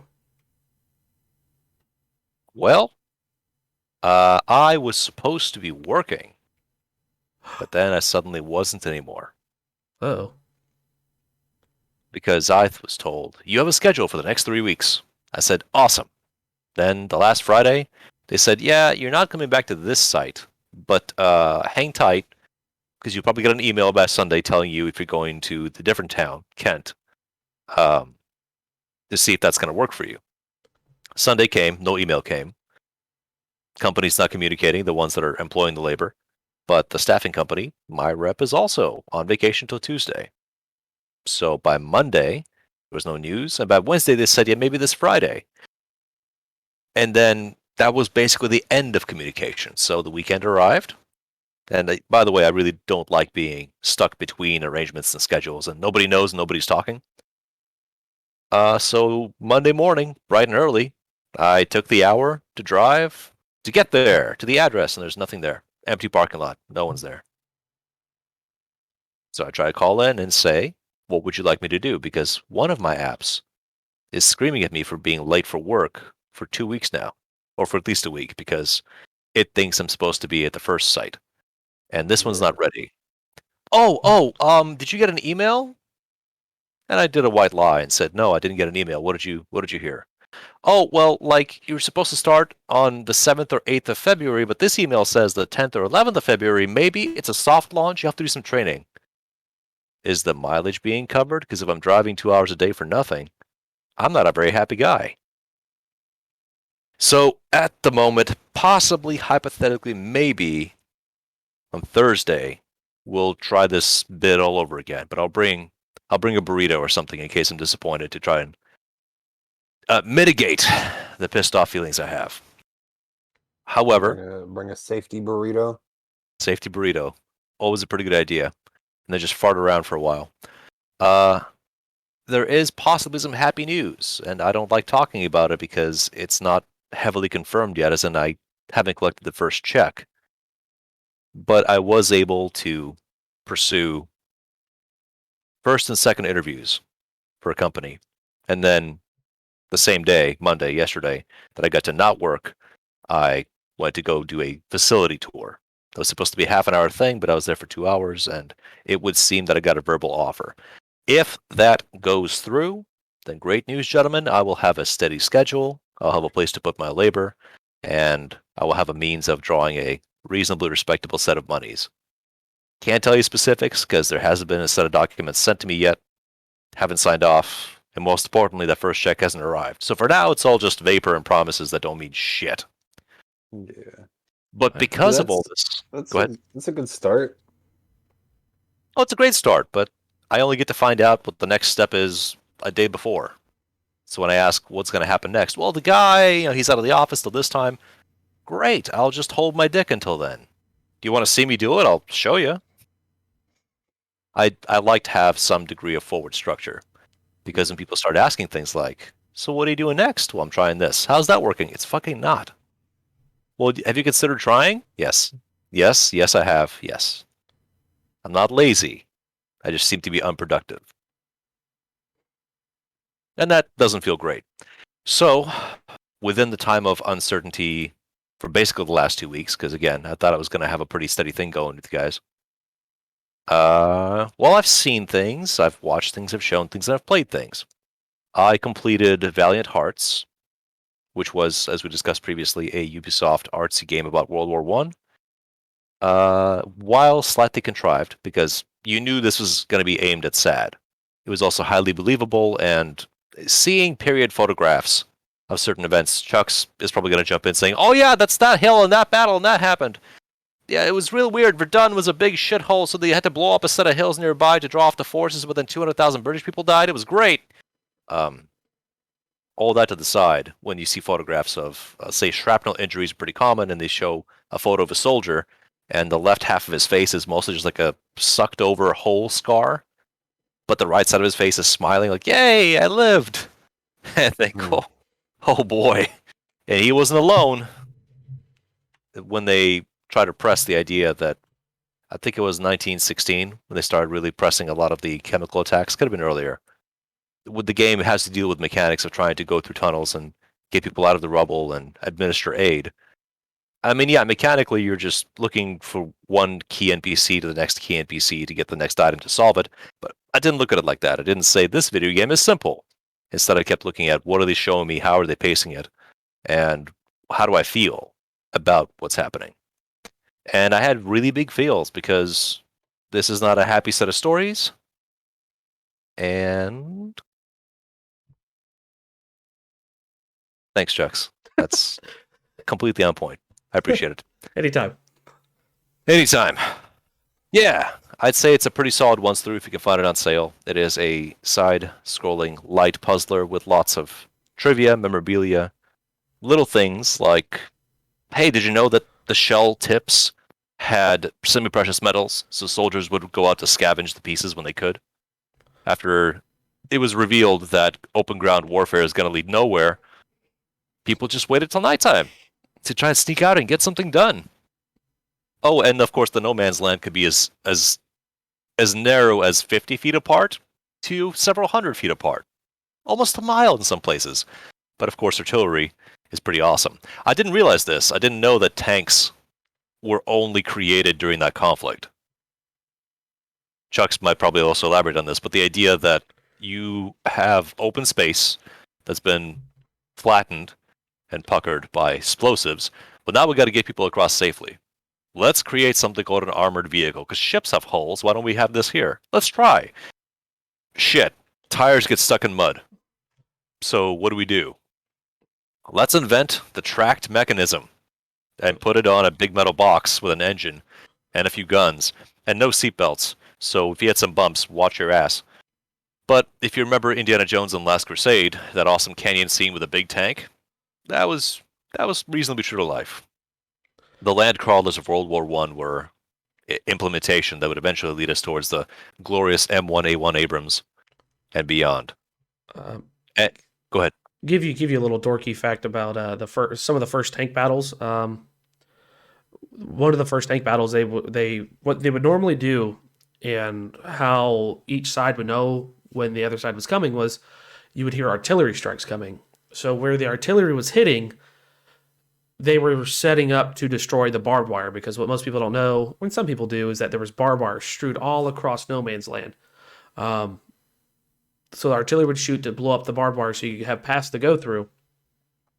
Well, they did this on the first tank battle, and what happened was all this artillery started lining up, and they started shooting, but the tanks weren't fast enough to catch up, so all this stuff happened. So all the artillery's landed, the tanks are moving forward, and by the time it got done, they were supposed to already be breaching it right as it got done. They were nowhere near close, so all these guys that were behind the tanks were getting their asses lit into them, because all the soldiers from the other side, the German side, were hiding in their trenches. So when it ended, they all popped up, saw all these soldiers coming, and just started mowing them down. And as you mentioned too, that there was divots and everything of the sort. There was mud, dirt. The tracks couldn't get through it, so they would get stuck. So the first few tank battles were actually very piss poorly done. Because it's new tech. Yep. It's a big angry metal box. What does it do? Sort of maybe goes in a straight line, but if it falls into a gully, it's over. And The photograph said that the conditions inside the tanks were nightmarish, so that's extra pleasant. It was so hot in the British ones, they would put their tea kettle on it to boil the tea. And they would have tea breaks. In the middle of battles, they would stop sometimes and would stop what they're doing, boil the tea, have tea breaks, and then keep going. I think, if I read it correctly, barbed wire or razor wire was invented maybe 6 or 7 years prior to the conflict starting up. So this is a perfect way of saying, we want to hold this line, but there's nothing to hold. So let's deter anyone from sneaking through, because this is still a tactical asset for us. And our leaders say, yeah, this is the line, this is the front, which is just basically where the forces met.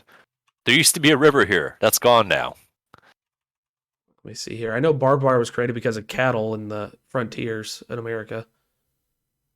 I don't know if I want to believe that, but we'll roll with it. Because that's giving America a lot of credit. Like, we're the first ones to realize we can twist metal together. Sure. Okay, yeah.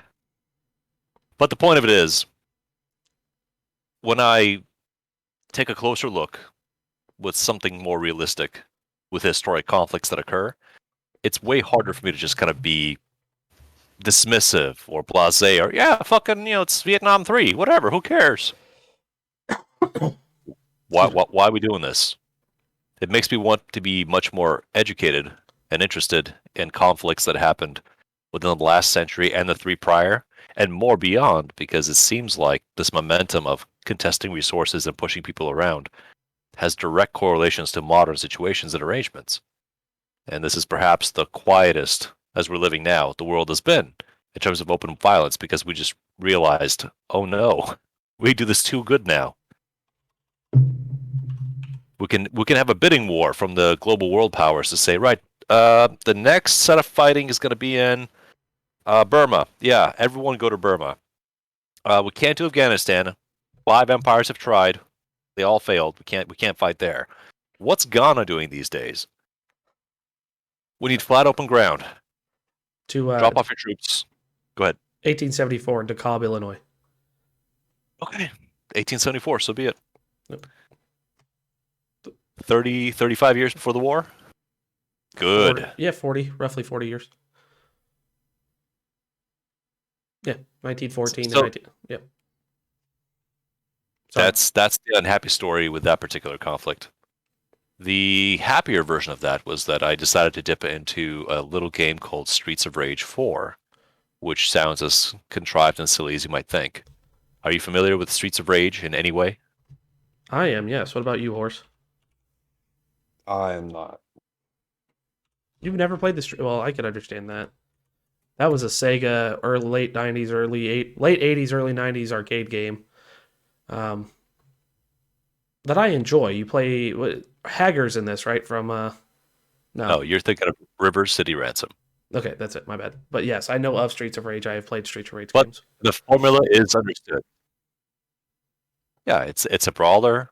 You go from left to right most of the time, and you use a fairly small moveset to beat up the punks. And I like those games occasionally. They don't tend to last too long, but they deliver the sense of adventure and combat and camaraderie, and you get to grind down opponents through repeated punches. So based on the graphics here, you're absolutely right. Streets of Rage 1 through 3 existed within, let's say, 7 years of each other. Then 30 years passed, nothing, and then someone makes Streets of Rage 4. So at the very least, you can assume that the game looks more modern. And good news, it looks very good. It looks too good. Everybody in that game is very fuckable. Even the fat guys. So the notion of it is, there's a story, it doesn't really matter. Secret corporations are using the cops to suppress populace, and it's up to our gang of 4 like-minded individuals of Kung Fu ex-cop man, and hot Latina Chun-Li, and daughter of prior character who hits people with a guitar, and enormous Samoan man with mechanical arms, just like Jax from Mortal Kombat. I don't know, but the idea here is that you very stylishly plow your way through the levels, fight bosses, and gradually unlock characters from the prior games. And what I really enjoyed here is that those characters are ported pretty much directly from the pixely days of the late 80s, early 90s to this game. So they look like ass, but their models, are still lit. They're still lit the same way this game is, which is lots of neon edges and really nice touches. So in a relatively casual, simple environment, playing local co-op or online co-op, you can fairly simply have a good couple of hours punching to the right, doing flips, grabs, hitting each other and saying, sorry, I didn't mean to, then throwing a pipe at your friend's head to get them back. It's pleasant, and the fact that the bar moved to the right was satisfying for the time that I was unlocking characters. I want to say, 3 or 4 run-throughs of that game, and on easier settings because we tried to play it legitimately on higher difficulties. Yeah, good luck. I hope you know how to min-max your moves because that shit's not fun. But again, I have to stress how ultra fuckable everyone in that game is. Without even going to the fan art, if you look at official promos of Streets of Rage 4, you think, wow, these are good-looking people. Like the haircuts, guys! That was a reasonably casual through. Following this, I decided that since I'm still in a funk with unclear schedules and unclear rhythms, the other UbiArt game that I actually have to look up and see what others there are is called Child of Light. Are you familiar with Child of Light? Anybody? I know that from somewhere. I'm not. Okay. Let me look it up. Child of Light is a side-scrolling RPG light. Nope. I would call it this way. It plays a little bit like older Final Fantasies. It has a highly artistic style, by which I mean to say it is watercolor or it is pencil line drawings.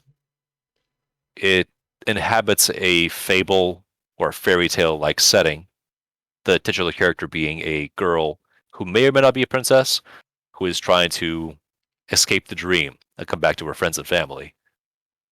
The structure of the game, your interaction is you are doing light platforming, then just flat out flying around because you get that power, across 2D levels, Metroidvania style, going to key events and fighting bosses and occasionally picking up a quest, and then resolving it by either solving a small puzzle, beating the right enemy, or connecting a couple of NPCs together.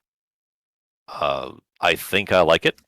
The combat is turn-based with an active time bar. There is a more involved mechanic where there is a speed of readiness your character has to go from the leftmost part of the bar to the decision part of the bar. At the decision part, you get to say, use the following action, and that action has a certain duration to cast. And if that character is hit during their casting phase, they get knocked out of the action and back to the ready phase. So you could keep someone from doing something for quite a while if you time it right. And then the attacks themselves will go to the assigned slots. On the friendly side, there are 2 slots. Usually the lead character, I'm pretty sure you can't switch her out, and then one of her friends. So you can have 2 friendly people on your side. The enemy side varies between 1 and 3 characters. So you're always outnumbered. The question is how badly.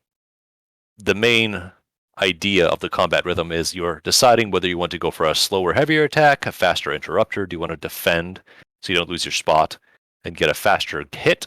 Do you want to use status effects? It's pretty standard RPG fare, I would say.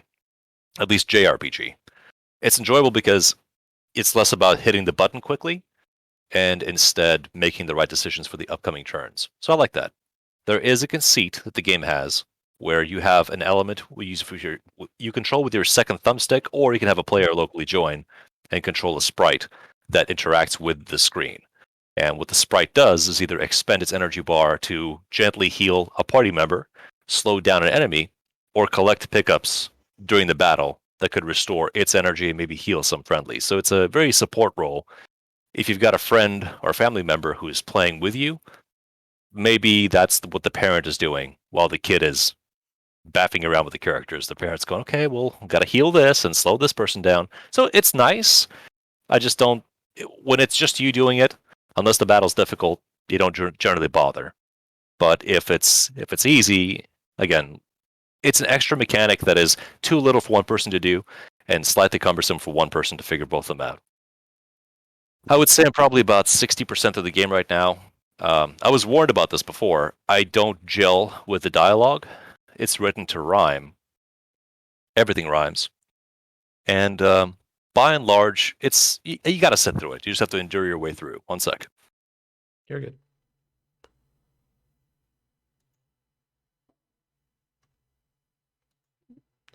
Have you seen the videos? I'm sorry. Or I was about to ask Horse if he's seen the pictures that I put in the Discord. Not yet. I was looking at, like, Child of Light. I was looking at pictures of that. Was that the main artist Streets of Rage 4? Yeah. Those are very pretty people. Now, if you remember what we talked about, the guy in the center in the World War One photo, that is an authentic World War One costume. Yeah. Yeah. Mm-hmm. Was that your World War Because costume? Because everybody else would be looking for soldiers. They won't be looking for a clown. Guys are stupid. Anybody? Know that reference? No. Family Guy. Thank you. Yay. Yeah. All right. Go back to Child of Light, sir. So it's a pretty relaxing play for the most part. I don't think I've died once. And while it does offer the opportunity for some level grinding, it isn't strictly necessary. The progressions for the characters are a choice of one of two directions of skills to unlock. Once you level up, you get skill points that you can assign there. With what I suspected being true, the ends of any one path have a blanked out set of entries or blocks that, after you hit a certain threshold in the story, become available, and they're the more expensive, more powerful versions of abilities you could have picked up. The abilities can be passive, like +2 magic points, yay, or use this attack to hit everyone in the field versus just one. It's simple. It feels like it's a good, I don't know, junior RPG, if that's a thing you can say. Good for the kids. As adults, I'm having to not quite mash through the dialogue, but just forgive it for doing what it's doing, because it's committed to doing childhood rhymes and really contriving, like, I used that word to make it rhyme. I nailed it. I did it. I'm good at my job. But again, I was warned, so I'm not super upset. As far as other plays, my wife is getting a little bit further in Transistor. We are, again, having minor tension as she's learning what to do. I think Chuck's is the same problem, actually. You can look at all your available moves and say, okay, I know what I'm doing. And then a fight begins and you forget everything and just start spamming the same thing over and over. And then you're in trouble because you're not using your options. Exactly. For example, there's a fairly expensive ability that in order to use, it has to be the first thing you do when the fight starts. Because when you're doing time management and you're in the middle of it, you're not going to get the chance to cast it without taking damage. But then if you don't do it, then you have a dead slot of your 4 commands that you're not using. You're gimping yourself. So I think it could be going smoother, but at the same time, it's almost like a parental role where you know the person can do it, and you're trying to explain to them or convince them, you got this. You got the fundamentals. It's just keep your cool, think about what you're doing, and then use your information that's available to you. And there's no hurry. The time is paused. Plan out your moves. But then every mistake they make, they get more frustrated, which means they hit the wrong buttons, which means they take more damage, which means they get more frustrated, and then suddenly we're heated. That's not what I'm trying to do. I'm trying to make sure that people are having a good time. Outside of that, the music is fantastic, the dialogue is good, and the art is relentless. Pretty colors forever for Transistor. And I imagine this is a practice run for Chucks and I, because I'll have to do the very same shit, just use harsher language to punish his mistakes and get him to learn. You summon the dog first! I'll still fuck it up. Don't worry. Yeah, I will be here for you to expose your ass to the audience, absolutely. In terms of tabletop, I've been experiencing a disappointing drought because I want to play the board games and the card games, but time keeps slipping away and people are not very, very committal. That being said, we had a chance to visit a friend of mine who is newly a father, and I got to experience the sheer terror of holding a 1-month-old. I didn't ask to. That just happened. So I basically sat there, ramrod stiff, clutching this thing, supporting its head and neck and its torso, thinking, okay, what signals do I need for the shit to hit the diaper? What am I looking for? He didn't Okay, it's just making. did he toss it at you like here catch, just throw it at you, or was he like I gently place was it on you? I was instructed to make a nest with my arms and to hold them there like a cradle, and then the child was placed in that cradle. And I don't. It's a very complex set of emotions for me. I do not get the "ooh baby." I don't get that feel. Instead, I'm looking at this proto person, thinking you ain't remembering shit. Like you might remember a smell of mine, maybe, but honestly, it's just raw data that you don't know how to work with, and your body's in pain because it's growing out in every direction. And all you can do right now is sort of like wiggle your limbs because those are new to you, and smack your own face to map out the idea of yes, hand feel face, face feel hand. There's a relationship there. Very good. Also, time to poop. So, it's good practice, I guess, for when it's happening to me. I'll be able to, at the very least, do the motions and hopefully feel something. Hopefully, have a connection of, oh, it's one of my children. This is fantastic. That's speculation. I don't know. I'm not there yet. But I imagine Chuck's maybe felt something? Question mark. When the babies were tiny. Yeah, you would have thought that I just won the Super Bowl or the World Cup for anybody else who plays sports or any big tournament thing. I was really excited, and holding your kid in the first time in your hands it's hard to describe, but it's such a great feeling because it's like buying a new car almost. Like this is mine, and I'm so proud that it's mine that I don't want to let it go, but I know that right now it probably needs to breathe, and they need to suck shit out of its throat so it doesn't die. So here you go. Yeah, shit like that. But when they're very little and they come home, everybody talks about, oh man, it's exhausting and you're gonna barely sleep. But it's exciting at the same time to see what that person that you helped create by not pulling back a couple extra inches turns into in the journey along the way. I'm excited for when it's a person, but I can't pretend in my heart that it's anything right now besides just very fundamental BIOS level loading.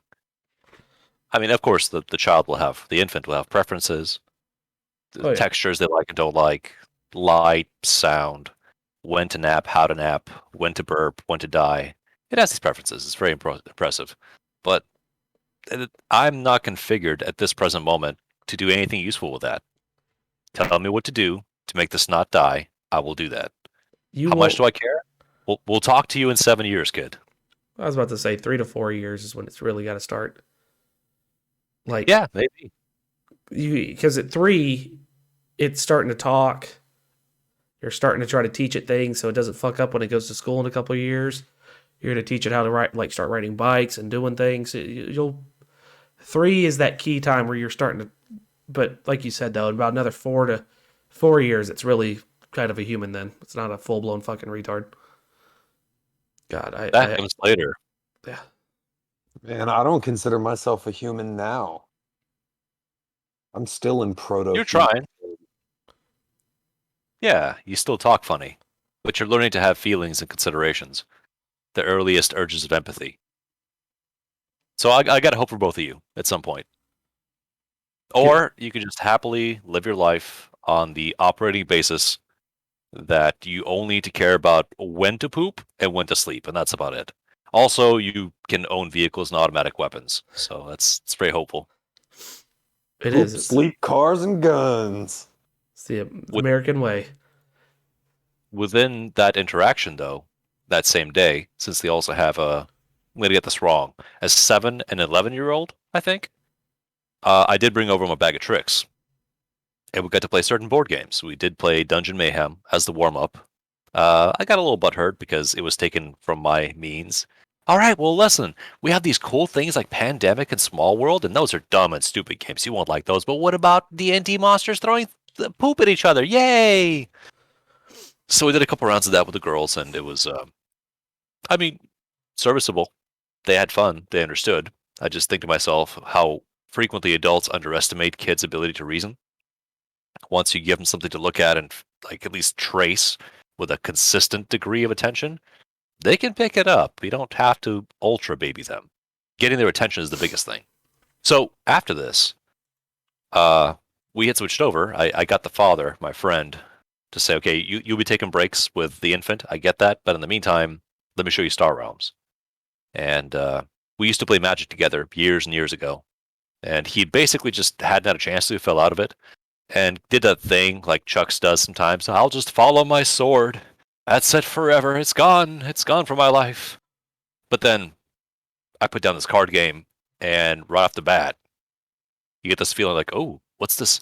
What's this sense in my hands? What's this tingle? Am I back? Is Daddy back?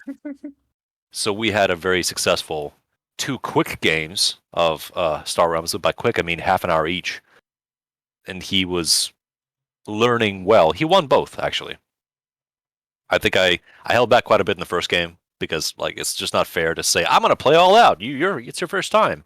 So he was able to get victory, and the second time I put in a little more pressure, but it still turned his way to advantage.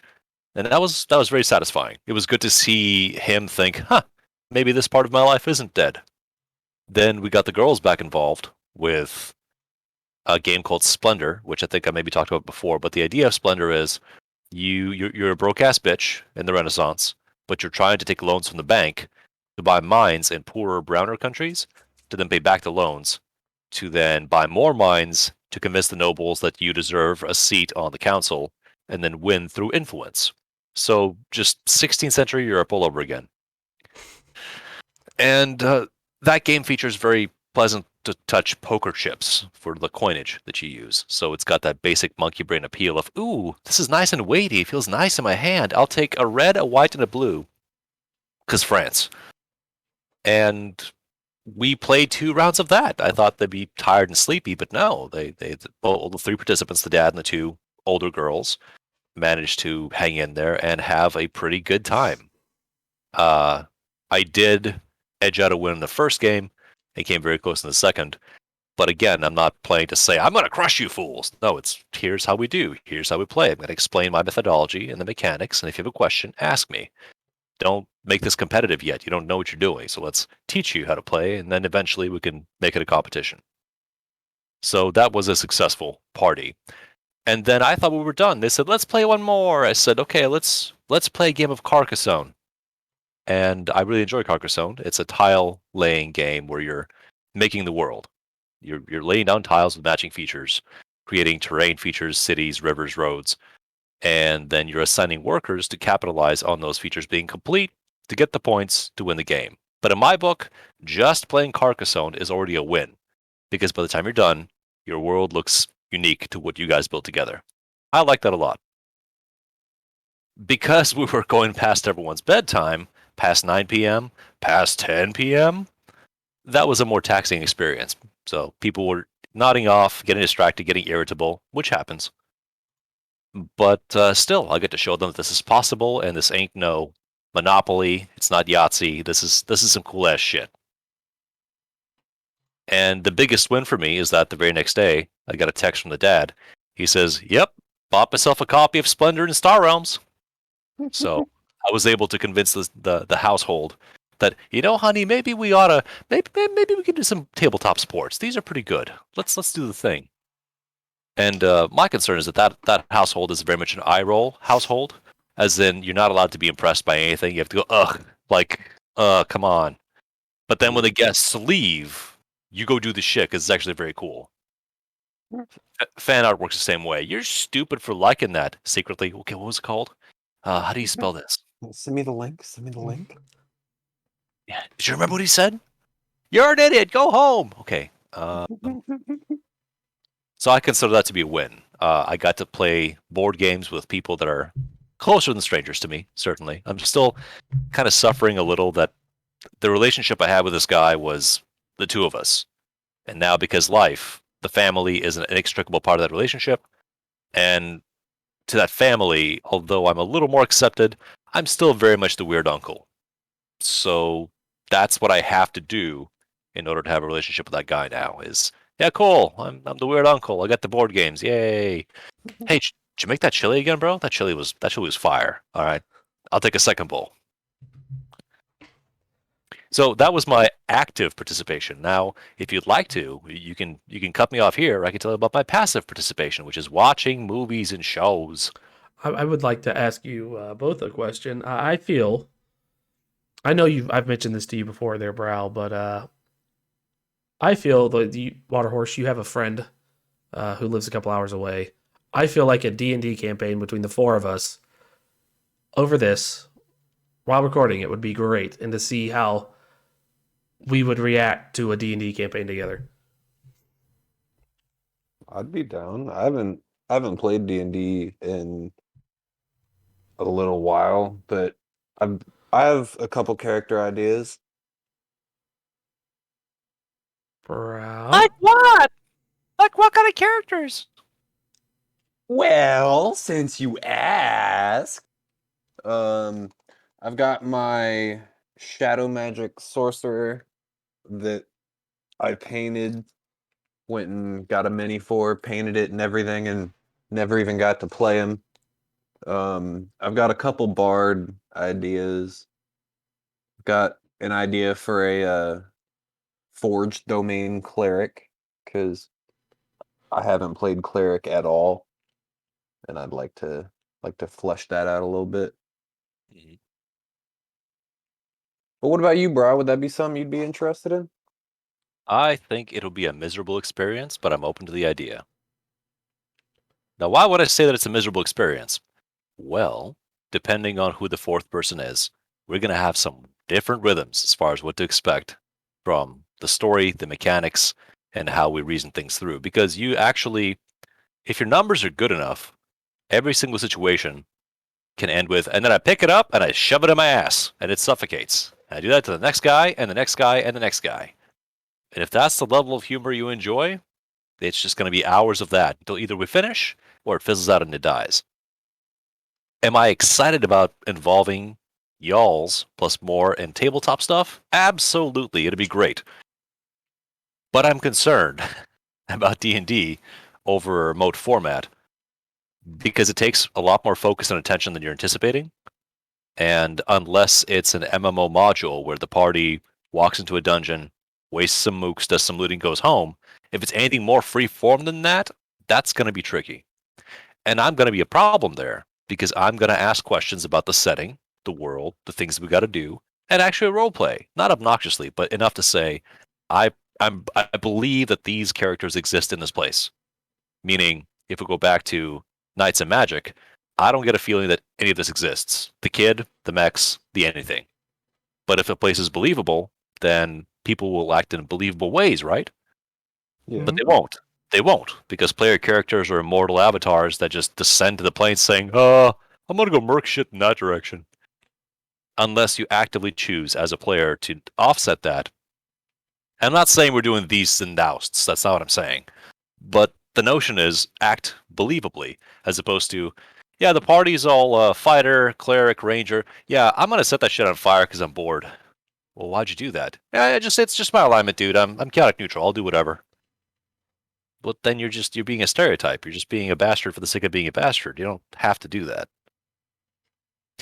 And in my experience more recently, I did find, I think I told you guys that the easiest way for me to integrate my preferences with other people's is to lift characters from stories, movies, and games wholesale and just plonk them into D&D as reskins. For example, Horse mentioned Bard. I think I told Chuck. Horse, have I told you about the Bard I'm currently running? No. Okay. Do you remember the movie Full Metal Jacket? Yes. Okay. Do you remember the drill sergeant? Yeah. In the first half of the movie? Yes. Yeah. Okay, that's the Bard. Just literally him. Well, there's more to it than that. But the basic idea is his musical instrument of focus is his whistle. He has a whip. most of what he does is done through intimidation or performance. And the mechanic is bards give inspiration dice. But because I discussed this with the group and we got this a little more mechanically cohesive, if this one goes to inspire a party member, they have to pass a morale save. If they fail, they take 1d4 psychic damage and they get an inspiration die. If they succeed in their test, they get 2 inspiration dice. Hypothetically, it's a broken ability, but I'm not using it abusively. I'm not trying to break the game. I'm saying this character exists. Yeah, So that's something that benefits the character as a whole, and you're not going to use it to completely shatter the experience for everyone else. Right. We have a character that does that. We have a player that consistently tries to OP, min-max. Ooh, I'm more clever than the DM. He's also the youngest one of us, and the adults just have to go. Well, I say adults. There's like a 6-year difference. But we go, okay, cool. No, I see what you're doing. You're so clever. You're such a smart boy. Right. When you're done with that, let's do this. And I know that the temptation for most people is, ooh, as soon as they can afford it, I'm buying a bag of holding, and then I'm buying this, and just go down the laundry list of good things that work for the game to break it. But I do things like, okay, of the bard subclasses, what fits the best from the vanilla books, not the extended things? Well, there's an option here for a war college. Okay, yeah, so he's honorary chaplain. He is working the post of the equivalent of a drill instructor, bringing in the recruits. But this is someone who's been attritioned by the military branch that he's serving to just be kept there. Like you're too well known to be terminated, but you don't get along with anyone that's anything less than a stand-up stud, meaning all the pricks above you hate you. But you're a fixture, so what do we do? Okay, we're going to park you here, and then, you've got a dispatch to this cool new thing. We need you to inspire our boys out there fighting the undead. This is a glorious post. Written on it, basically, yeah, this is a suicide mission. We don't want you back. But then you look at the abilities that the guy has. Okay, cool. So what are some of the spells? Well, one of the spells is basically you tell a person they have to do something. They can't jump off a cliff, and they can't attack themselves, but they have to try to execute that task, and they have 8 hours to do it, or etc. So if this drill sergeant gets in your face and casts a spell by screaming, "You little piece of shit, drop down and give me 600!" If the creature fails their spell save, the creature is then compelled to drop and give this man 600. And it will either spend the next 8 hours trying to do so, or it will pass out. So thematically, this works. One of the spells is Fairy Fire. Well, let's call that a flare, painting targets, etc. Like all these things can convert to work thematically along with the character. And now, because I can't leave anything special, this is a war college fella, he's got some levels in fighter. So what are those levels? Well, they're going towards Battle Master, but why does that matter? Because this is going to be called out maneuvers. Because some of those abilities don't say ask the character nicely, they say ally moves. So this guy is calling out battle instructions in the middle of the fighting to try and coordinate these mooks to be a team. It's not going very well, but it's making progress. So a joke meme character is finding grounded footing here in this setting world. It's like medium level, not super high level yet, so we're pretty squishy for the most part. And at one point, because people can't help themselves, and they go, "This guy's loud, I'm going to cast silence." And they cast silence around the character that I'm playing, so my character can't communicate that there's an ambush coming, because they're in the field of silence for their turn. Now, liberal use of the knife hand, violently gesturing towards the corner. Hand signals aren't working either, apparently. So, like, players just being stupid assholes for the sake of being stupid assholes because they don't understand what they're doing to themselves. My character gets injured, is moved into the local house for safety, and the guy who's with him starts rooting around the corner, looting, because that's what you do. So they're by themselves, and one of the dead bodies, who was recently made dead, starts to get up, because it's a zombo now, and the other character doesn't notice. And my guy's not doing too great, but he does have more than 0 hit points, so takes a deep breath, and then casts Shatter by screaming at the top of his lungs, "Watch your 6, you stupid piece of shit!" That basically collapses the house on them. But see, it's moments like this where I don't care if it's not the optimal play, it fits to what the character would do based on their awareness, based on their temperament, based on what's happening. And I mean, I try to play well, but I'm also the guy saying, I'm okay with a character with shitty rolls. The only time it doesn't work is if the DM says, guys, this adventure is a death dungeon, so bring your best and I'm going to try to kill you. I don't like those very much because I play a lot of games. Like, this is not that interesting. Unless everyone's into it and we're doing a team exercise, sweet. But if it's more of a free-form adventure where the DM has a vague idea of what they want to do, but episode to episode it's a variety show, Samurai Champloo style, I'm down. I want to see what happens. My concern is that Chuck's character, no matter what character Chucks makes, is going to make yakety sax jokes in every combat encounter. No. I've already Which thought is about fine. it. He's just going to bring back Dave the Barbarian. I was essentially thinking that a giant dumbass barbarian, but instead of like having like this, like he's a badass, he's just this clumsy fucktard who carries a big ass like club. Nope. How about this? Mhm. That's what the person does, but they're actually a cleric. Oh. But they're a dumbass. They're bad at being a cleric, except their own weird ways. Play against type. Don't say, oh yeah, I'm going to play a Giga Chad super badass. Or I'm going to play a halfling rogue or a dark elf archer. You can do that, but I'm asking you, is that the interesting part? No. Is your skill array the interesting part?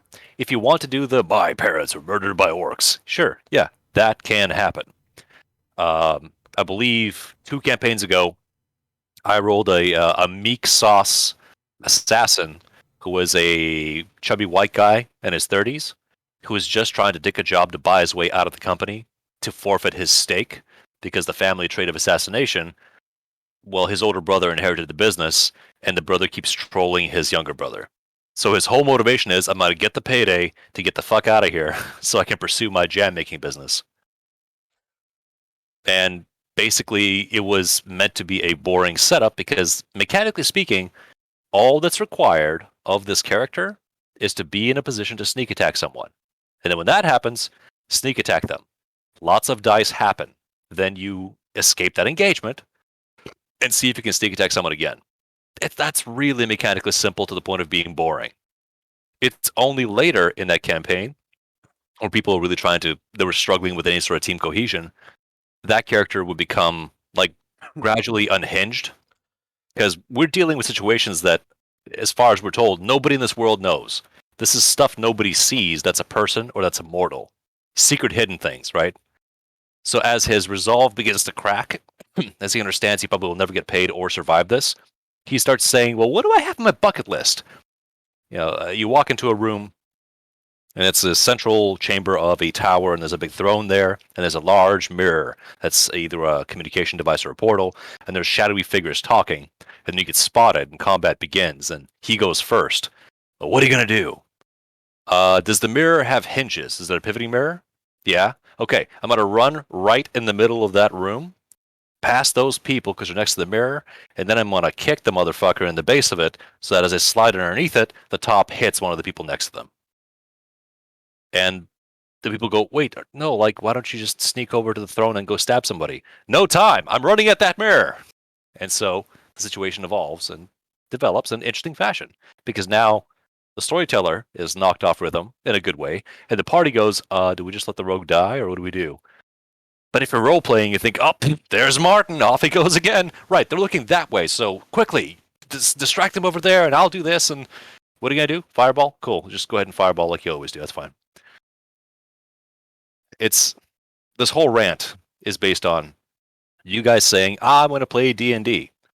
And my extrapolation of that is you are fairly new at D&D. What that means is either you're going to play very dry, then you're going to go for tropes and go to win, because that's what video games do. Or you'll want to tell a story, which is good, but you won't know the mechanics.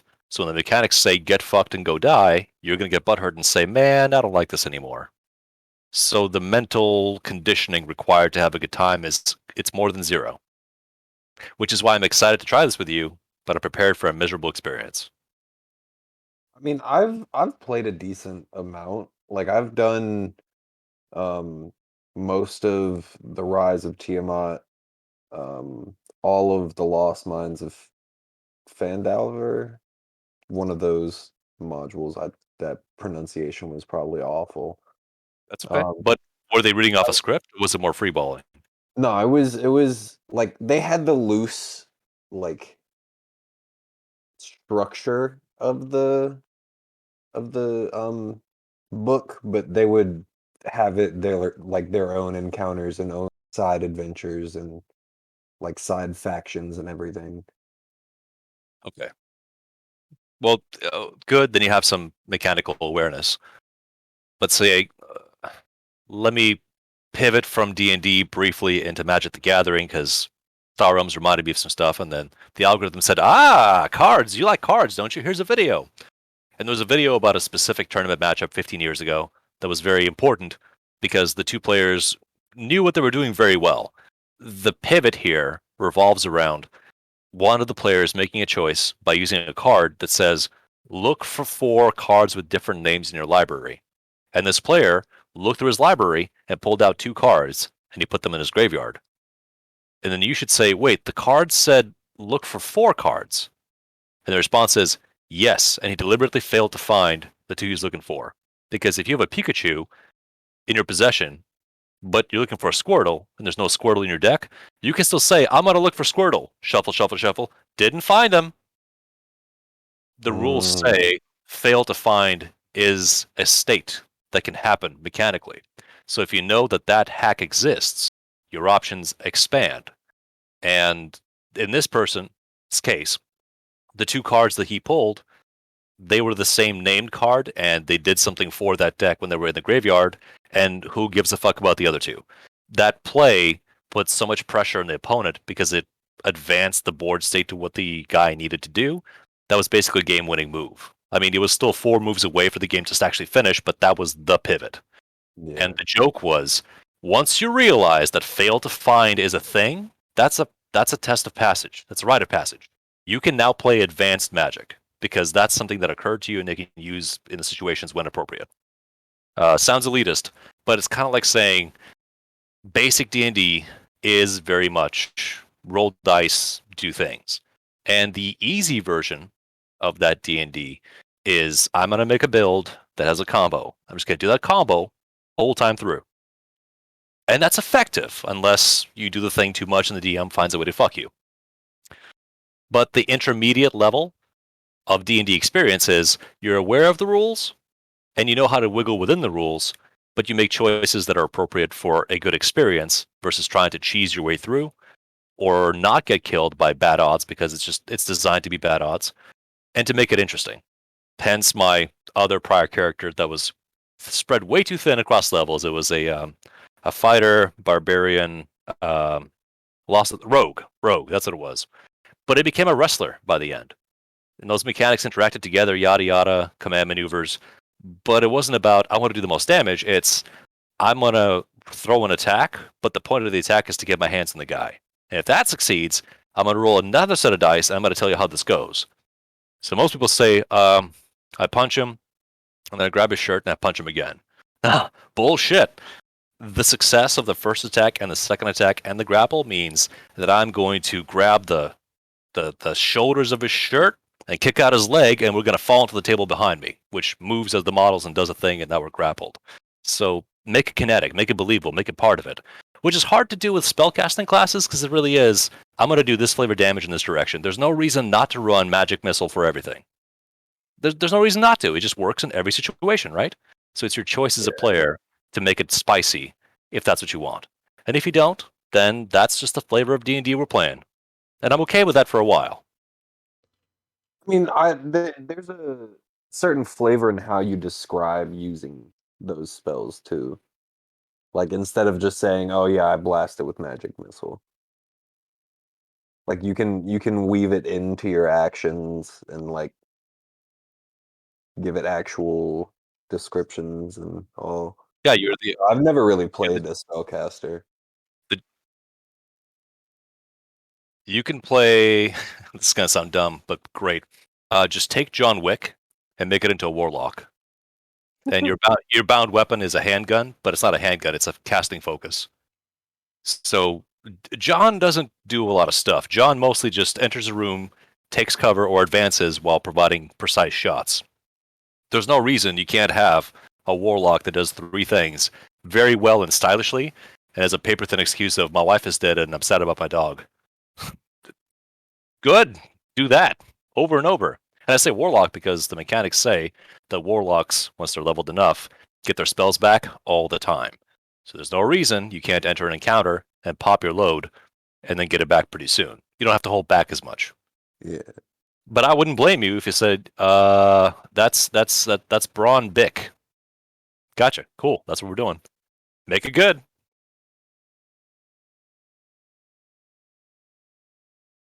Chucks, any thoughts? D&D. Bullshit. Hold on here.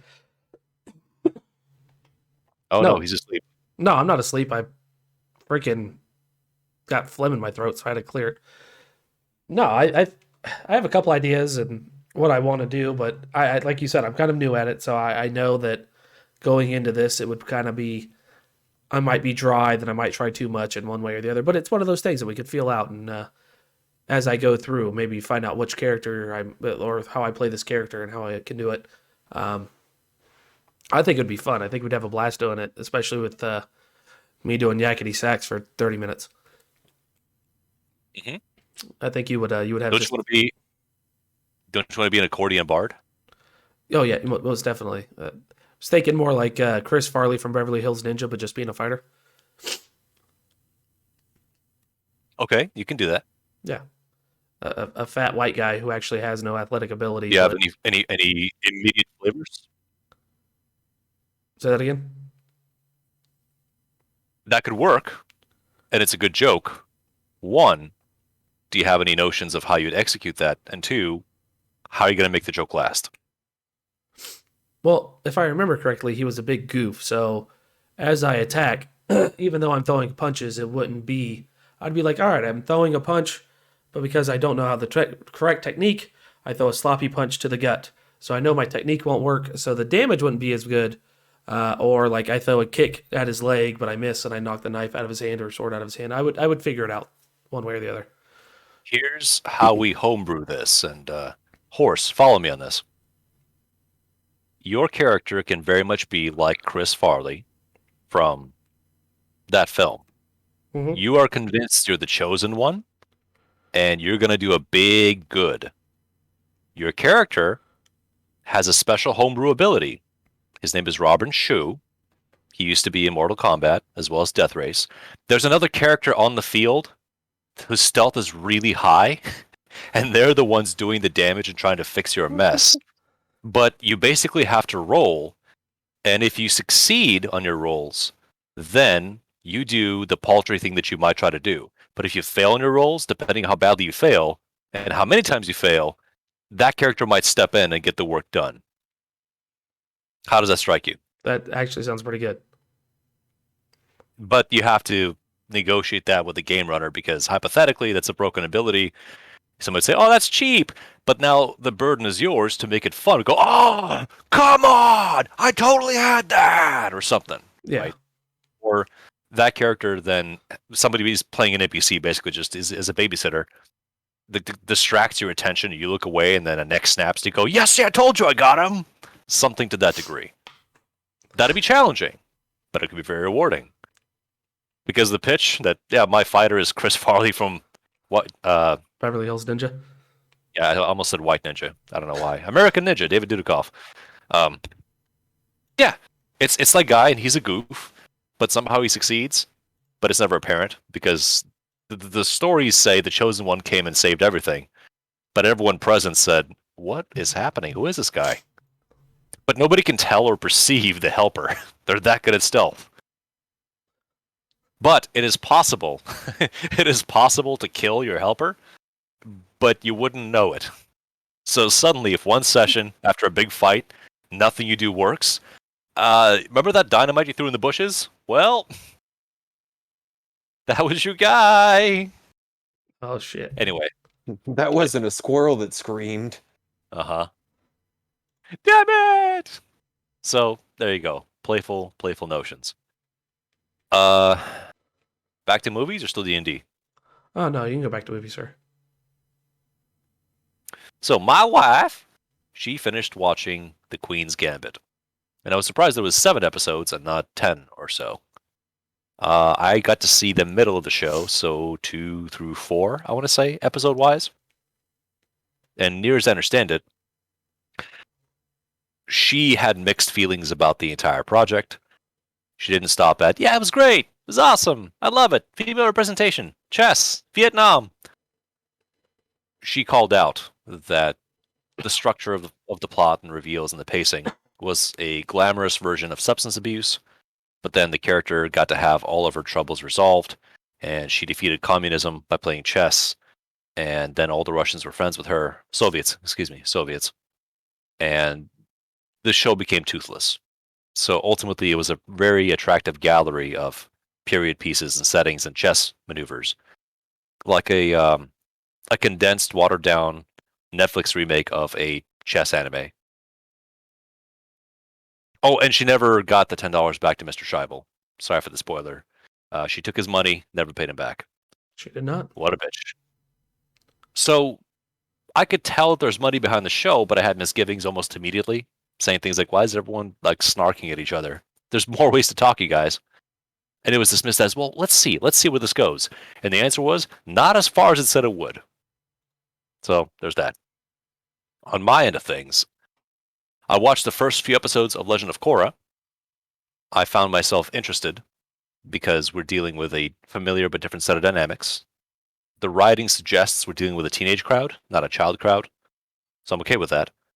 And so far, even if this is a big sports anime thing, I think it's got enough legs to keep me interested. Because again, the world building is pretty shallow at the moment. We're acknowledging that time has passed since the events of the first show. That's fine. And society seems to have stabilized, kind of, even though I don't see why the Earth Kingdom wouldn't have invaded and imposed totalitarian law on everyone. Fine. I'll make some allowances. We're good. Mild enthusiasm, the C word goes. I showed my wife the movie 1984. Go on. It is as relevant as ever. I didn't realize it was filmed in 1984, as per the description of the original author. Just to give it a triage, not triage, tribute. That's the word I'm thinking about. Information control, depravity, social pressure, bleak industrial post-economy. I can't say it's a fun watch, but I thoroughly recommend it because both Chucks and Horse would have something to say about what they saw on display. It's cutesy and irrelevant right until it's not, and maybe then you'll understand that dumb joke I keep making, which is looking forward to the remake. They'll call it 2084, and it's there's no fiction. This is just a documentary. There are titties and bush if you're interested, but that's not the point of the story. Which ones? George, Laura, Martha?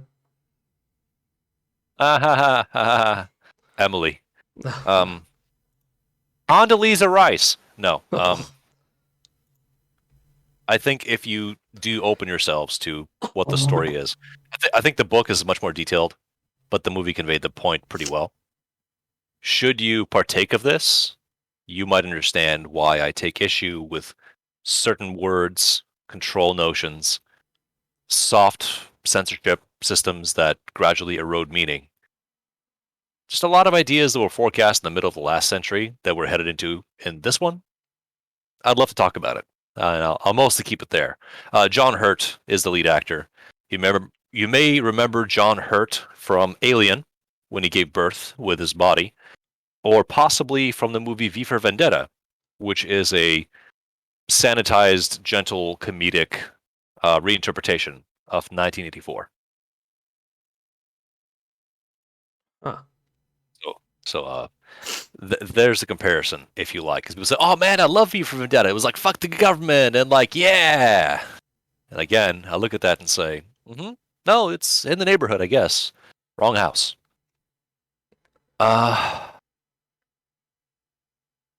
Then my watches. What did I take a look at? I rewatched The Life Aquatic with Steve Zissou.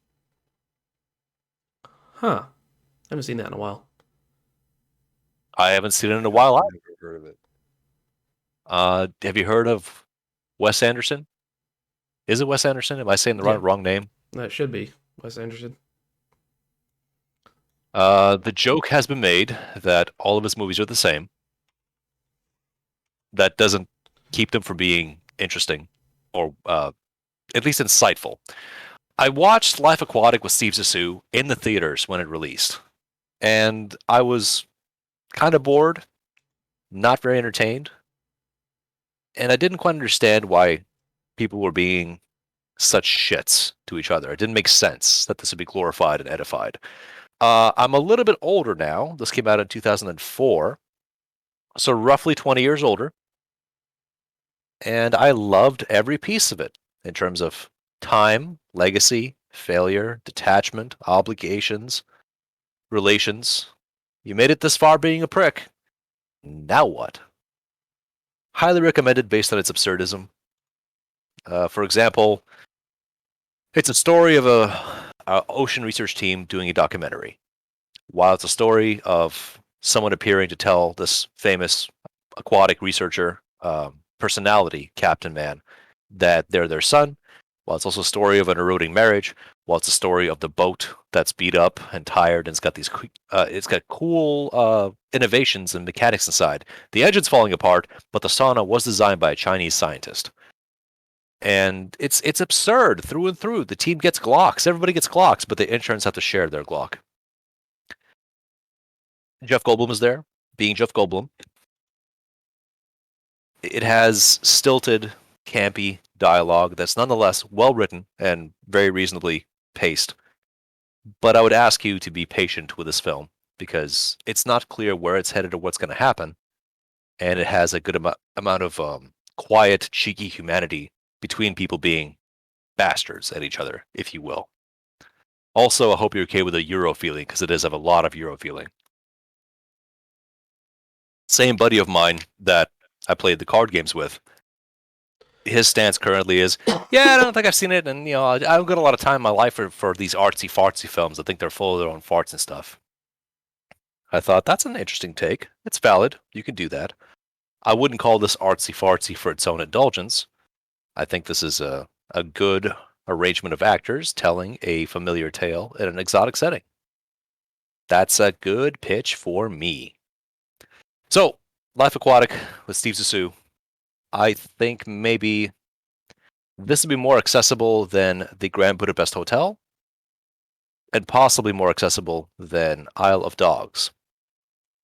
But a good foot in the door with the kind of films that Wes Anderson makes, which got me to start watching The Royal Tenenbaums, but I'm only a couple minutes in, just kind of placeholdered for myself.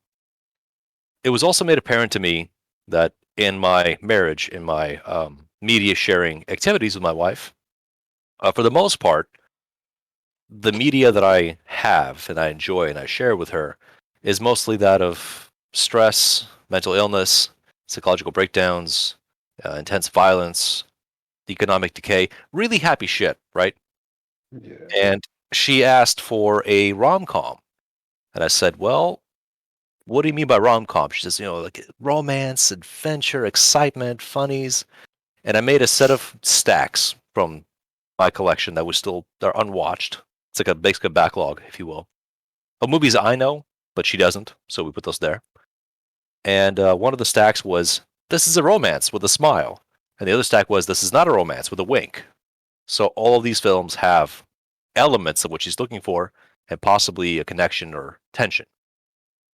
So of the movies there, she landed on a selection which had King Arthur with Clive Owen, which is an Antoine Fuqua film from early in the aughts.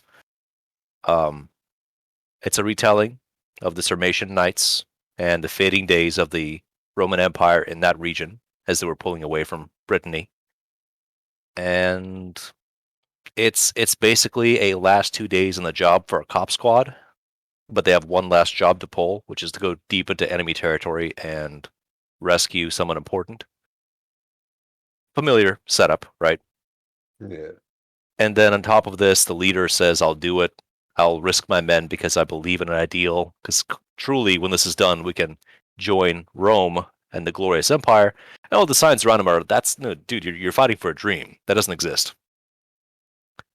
So, I would say that it had elements of romance. Primarily, the romance was between Stellan Skarsgård and Clive Owen, because the movie has some pretty good one-liners, a few of them, especially, finally, a man worth killing.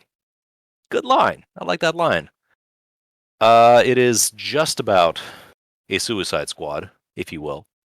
But the tale is gripping, attractive men in exotic outfits, sorting and arrowing people. Merlin was there. That was interesting. Keira Knightley got rescued. Um, I think upon mature viewing, adult viewing, this is a reasonably stupid movie, but I like this stupid movie because we have action actors riding horses going into North Britain locations, probably filmed in Ireland. And Mads Mikkelsen was there as the man who throws knives good and has a sickle sword and a hawk. And of course has to die because he's too cool to live. So upon having seen this, we had a discussion, and she basically said, I need something more positive. I said, okay, we can do that. You can pick what a rom-com looks like. And turns out, if you're not good at knowing what you're looking for, and you trust various outlets like Amazon and Netflix, and you go to the romance comedy or romance movies queue, a lot of it is contemporary garbage, and sometimes the movies barely belong. I think it was like the Master of the White Dragon line. What? Why is this the romance category? And sometimes they're excellent films. Like I'll say, oh yeah, When Harry Met Sally, that's a institutional movie. We should watch that. It's not appealing because it's not for us. Or Sleepless Something's in got to Seattle. give. Sure, but it's old, so who cares, right? And Something's got to give with Jack Nicholson, but that's about old people, and I don't care about old people. I want something relevant to us. So we landed on two movies. Actually, American Ninja was in that queue. That made no sense. Why is American Ninja in the romance films queue? I don't get it. Anyway, it was between 500 Days of Summer and The Big Sick. And I said I'd seen 500 Days of Summer many years ago, and I don't know how I would feel about it now, so I'd be interested. But neither one of us has seen The Big Sick, and I've heard about The Big Sick being talked about. Do you fellas know The Big Sick? I think so. I do not. Chucks? Yeah, I know of it. I've never seen it. So, we watch it. It's new to us. I'm being very patient. Looking at the film craft. I was immediately concerned in the very beginning because it was produced by Judd Apatow's company. And upon discussion with others, this constantly came up like, oh, Judd barely had anything to do with it. Sure, fine. This is a fictionalized account of the real life story of Kumail Nanjiani, of how he was a struggling comedian and didn't really have a future and was struggling against family pressure and was looking for a way to live his life that was not of Pakistani tradition. So the romance part is that he meets a girl at one of his stand-up gigs, and he hits on her, and it works, and they begin a casual relationship. That is, the meet cute is, we shouldn't see each other anymore. No, we shouldn't. But he drives Uber, so she calls him, so, oh, that's weird, could have called anyone, he called me. The counter-tension is that this girl is white, and his parents want to have an arranged marriage, per tradition, with a Muslim girl that follows the life, they can be successful. The pressure is that the parents moved here as adults and brought the kids over for a better future, if you will. They were both educated back home. America doesn't take that shit. It just says, no, you're basic brown laborers. So they pursue their doctorate programs again. And so they remind the son repeatedly that they sacrificed a lot for him. And your older brother's got it figured out, so why don't you get with the program? So the son is invited. Kumail's invited to his family's house regularly every week. And then, oh, look who dropped by. This attractive prospective girl with a little portfolio and a pitch for you. We're going to have a nice dinner and looking forward to hearing a call from you. So, courting, right? But on the other side of things, in his civil casual life, he gets to hang out with Bo Burnham and other comedians. And says, oh, yeah, that guy over there, he's like big money. If you talk to him, that's a good career path for you. You can make the Montreal finals, man. You could finally launch your career outside of open mics. So you can see where this is going. Yeah. The problem, the crux of the film, is that the character Emily, the white girl that Kumail's dating, she discovers his special stash. It's not a special stash, but it's a cigar box that he keeps all the photographs of the women who say, "Marry me, marry me." She has a hard time understanding. They didn't talk about it. They blow up at each other. She calls it off and leaves his life. Then, a little while later, he gets a call from her side of the family, a friend, who says, "She's in the hospital. You got to go." Well, we're not together. Well, somebody's got to do something. You got to go. He goes to the hospital. She's induced in a coma. And he signs off because the doctor's staring at him saying, "We got to put her under. Are you a relative of hers?" He goes, "No, I'm not." "Okay, let's try this again. We need a sign off to stabilize her and save her life. Only her family or her husband can do that. Are you her husband?" And there's basically a silent nod, like, "Say yes, fucker." So he signs off. She becomes stable. And then her parents fly into town because they got the news. So now the parents heard about him and how he hurt their little girl. He wants to be there for her, and they don't want him around. So a third of the film is anxiously, intensely navigating the idea of sitting in a hospital waiting room for days. And here's the clever bit. You got to see snippets of stand-up comedians doing their acts to say, "Oh, they're all doing their thing." And the family, the two parents and Kumail, get to face a battery of doctors who all also have snippets of their spiel when they're telling their piece of the story, almost like there's a parity between stand-up comedians and doctors and the kind of information they give to the audience. Well, if you're paying attention, most of comedy is lies and exaggeration. To tell a joke, you got to fib it a little bit, right? Yeah. Isn't it funny how the doctors also have very confident terms and information as to how things work, and don't worry, this is what's happening, and then the situation gets worse, but don't worry, there's a plan. So we get to have Kumail and her parents spend time together. Basically, under stress, they're more vulnerable and able to show some humanity and perspective.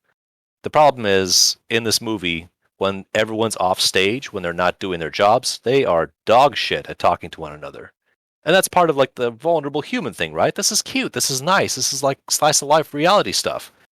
It makes me hurt a little bit, but I understand what they're doing here. It's, boy, wouldn't this be better if we could just say the right thing at the right time? Okay, fine.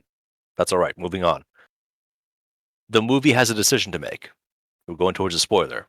The decision is, since Kumail's not telling his parents what he's doing, they're going to find out, so we got to see how that turns out, right? So his family is at risk.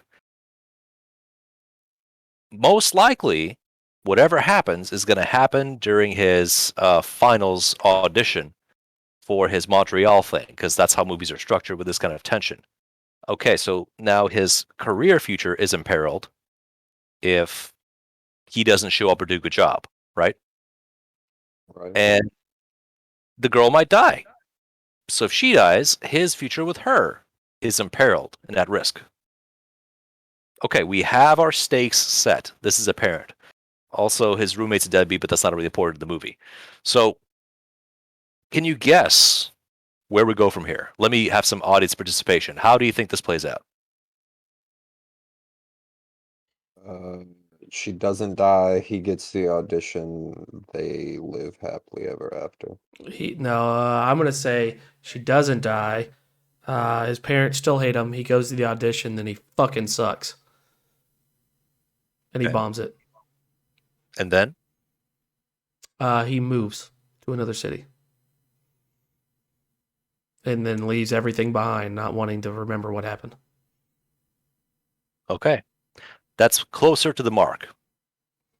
And that's the problem with rom-coms, is they're significantly more apparent with what's going to happen than some other genres are. But let's play along. So what happens? A big decision is reached where the parents are frustrated with the lack of progress with their daughter, and they're actually kind of weirdly calm about it. You don't get a lot of real life pop-offs of screaming at doctors' faces. So for the movie's sakes, we're keeping it light, relatively speaking. The decision is, this hospital is the 17th best hospital in the state. or in this area. So the parents are saying, we're going to move our daughter to the best place. Kumail talks to a nurse. The nurse says, don't move her. She's in a very delicate state. If we destabilize her, she might die.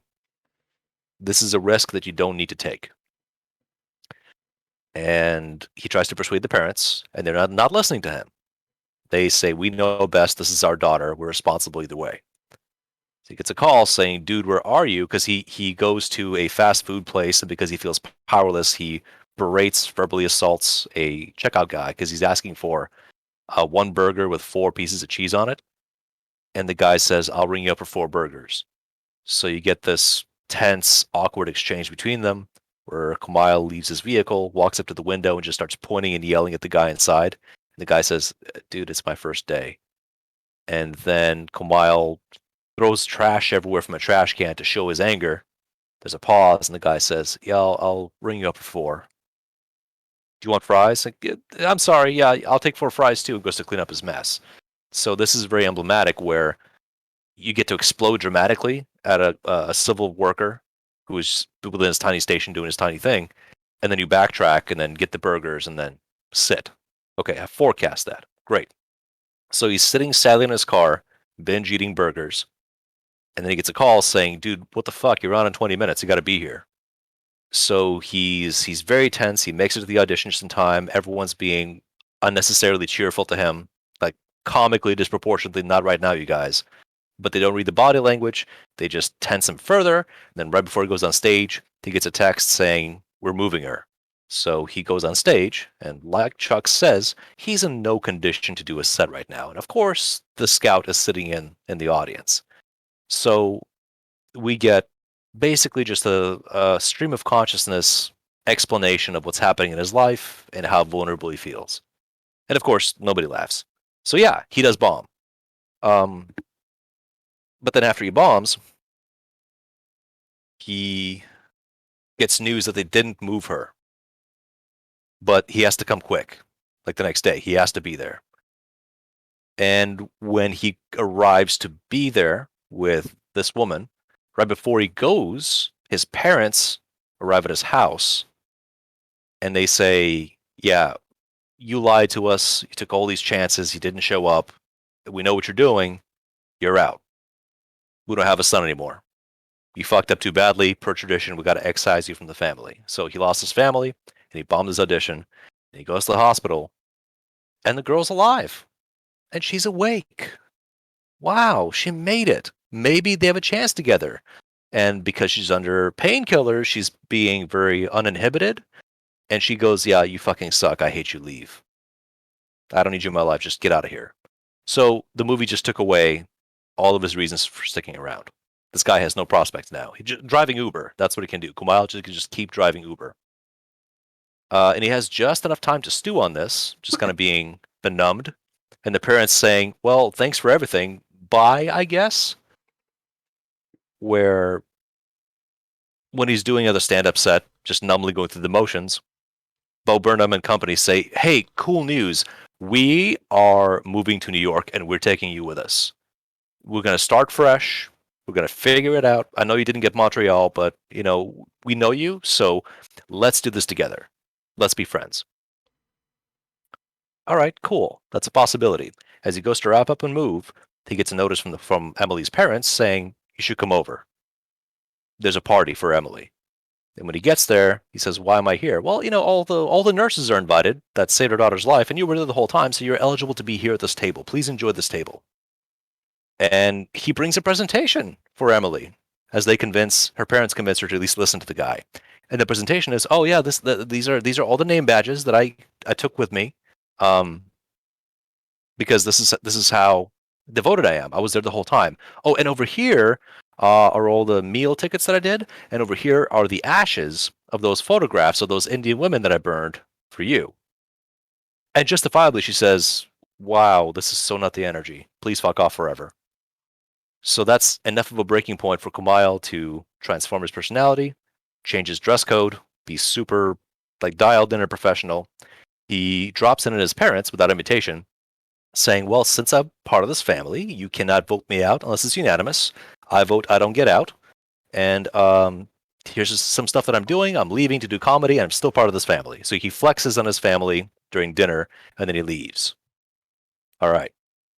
As this is happening, Emily decides to look up Kumail's meltdown, or at least his botched set, and she gets to see the heartfelt things that he said about his girlfriend being in the hospital dying. So she sees his sensitive side. Now this is really important because the movie has that drive-through scene I talked about, right? Right. Mm-hmm. And that's the scene where he gets to express all of his frustration at a nobody clerk. Because imagine if that scene wasn't there, and then he hits the stage and he explodes on the audience like he did on the clerk, and that was videotaped. So if that was the video she got to see, that would just further annihilate any chances he's got. But no, this is a rom-com, so she sees his sensitive side. And then coyly, she figures out that he has a one-man show, and she goes to see it, but of course she misses the show. So it's this sort of awkward, hey, thanks for dropping in. And then she doesn't say the words, and he doesn't say the words, so she basically shows up to say, you're noteworthy, and your set sucked, and bye. And then when Kumail is about to leave, like the car is being packed, the comedians are leaving, another car pulls up, and the parents come out, and the mother looks very like sternly, just not making eye contact. She's staring straight ahead. And the father comes out, listen, you hurt your mother's feelings very badly. Bad accent, I know, on purpose. You are still kicked out of the family. We never talk to you again. Your mother made this lamb just the way you like it. Take it with you for the road. It's a snack. We're never talking again. Text us when you get there. And then Kumail fucks off to New York. And in the middle of doing a set at a new venue, Emily's there in the crowd, and she contacts him the exact same way as before. She heckled him the first time. I didn't say that part. So you have this parenthesis coda of, oh yeah, just like the first time, implying that they're going to be together now.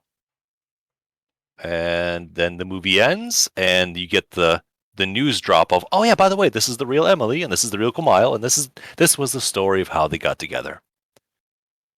Now, my wife did not have the same critical thoughts I had. So to her, the movie did exactly what was necessary, exactly what she wanted. This was a rom-com. The deathly threat of an unknown infection that was only explained away by Kumail having said something that some nurse heard somewhere that told the doctor that was the clue to say, oh, she's a super rare condition. That's why our methods weren't working. It's just super convenient, right? She had a good time. And then when I tried to be very gentle, but I basically just cracked into this film. And my thesis was still, this is very well made. I don't think I liked it. But that's on me. It's not the movie's fault. I had these thoughts in my head as far as what the thesis of this film is. And I was interested that the movie itself agreed with me to the point where the exact same words I was thinking were spoken aloud by Kumail in his last stand-up performance before the credits rolled. This movie is about lies and belief. Because the lies are as benign as jokes and as harmful as keeping secrets from the woman that you love because you don't know how to handle the truth because you never talked about it. Lies like religion and culture. Lies like doctors knowing what they're doing. Lies like it's going to be okay. All of these little things stack together, and you exist within those boundaries so long as the bubble doesn't burst. And when it does, hold the fuck on because you're not ready. Right? These are simple principles, but they're talked about in a way that brings up interesting pieces, but they don't really go anywhere because, once again, I'm going to say Apatow. Once again, you guys know Apatow films? Do you know John Apatow? Yeah, 40-Year-Old Virgin, Superbad. Yeah, very, very deep films. Yeah. Dealing a lot with serious issues in human nature and premature ejaculation. I think I have this feeling that much of the pressure and the fault of this film for me is that it's a story told by the wrong studio. Because it's written like it was for TV. Because the director and writers primarily did TV before. So there's this, Ray Romano makes an appearance, and he's funny and charismatic, and they have all these one-off gestures. They're trying to get to sleep because there's an operation tomorrow for the daughter, and he feels guilty and is a little drunk, and he just keeps giving bad advice. So the joke is, okay, dude, we're not sleeping tonight. You're just gonna keep doing this. It's awkward, meet-cute human frailty comedy, which is fine. But I don't sense the romance because the romance is rooted in a film about lies and belief. So only if they're delusional towards each other can they have any kind of future, these characters. The structure doesn't match the pacing and what's being explained here. And again, to repeat myself, the movie took away this character's every future, then gave them back. So my question is, would it be more interesting if Emily had died, or more interesting if she had lived? What do you guys think? Died. Yeah, I gotta go with Chuck's on that one. I think it would be more interesting if she died. Okay. And if she died, where would that leave the character? Broken. It would leave him. I don't know why I'm like answering like it's a fucking quiz. Like broken. No. It would leave him broken. It would leave him completely crushed, and he pissed away the one opportunity he had with the good girl by not telling her what he felt and thought about her, and then instead he just fucked it up because he couldn't tell people what he thought. So it would. It wouldn't make it a rom com. Well, it might make it a rom com slightly, but it would change it up. I think it would make the movie better though. Like it would take away what everybody was expecting out of the film. Possibly. There's a film called 50-50 I want to see. That is, again, one of the middling films that deals with a heavy subject of a terminal disease, as I understand correctly. But the problem is, she lived and he lost everything anyway. So very much like that much maligned scene from the live action Beauty and the Beast that Disney has that I despise. I brought this up before, very quickly. The good guys don't win. The curse is executed, and then everyone horrifically dies by becoming castle furniture. As in, oh, bad end, I guess. Then the witch shows up and says, all right, C-, you guys tried, and then takes it all away, and everyone's happy and multicultural and queer and having a great time.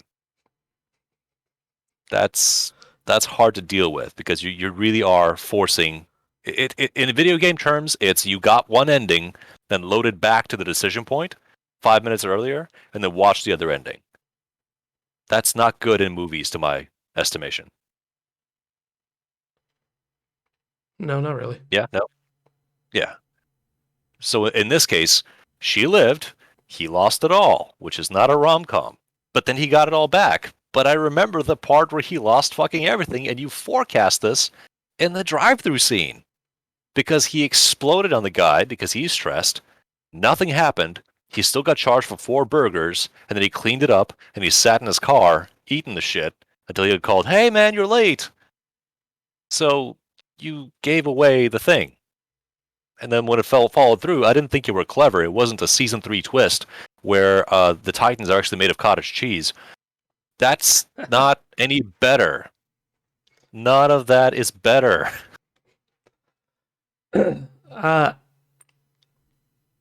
I will give you that. Like, most rom-coms give a lot of their stuff away. Like you can see a rom-com what's going to happen from a mile away. But 2 I would recommend to you is Nick and Nora's Infinite Playlist and What If. They're decent rom-coms. I think you and your wife might like them. Well, Nick and Nora, I look at that and think to myself, I'd rather watch Scott Pilgrim, an actual rom-com. That's also a good rom-com. Have you ever seen What If?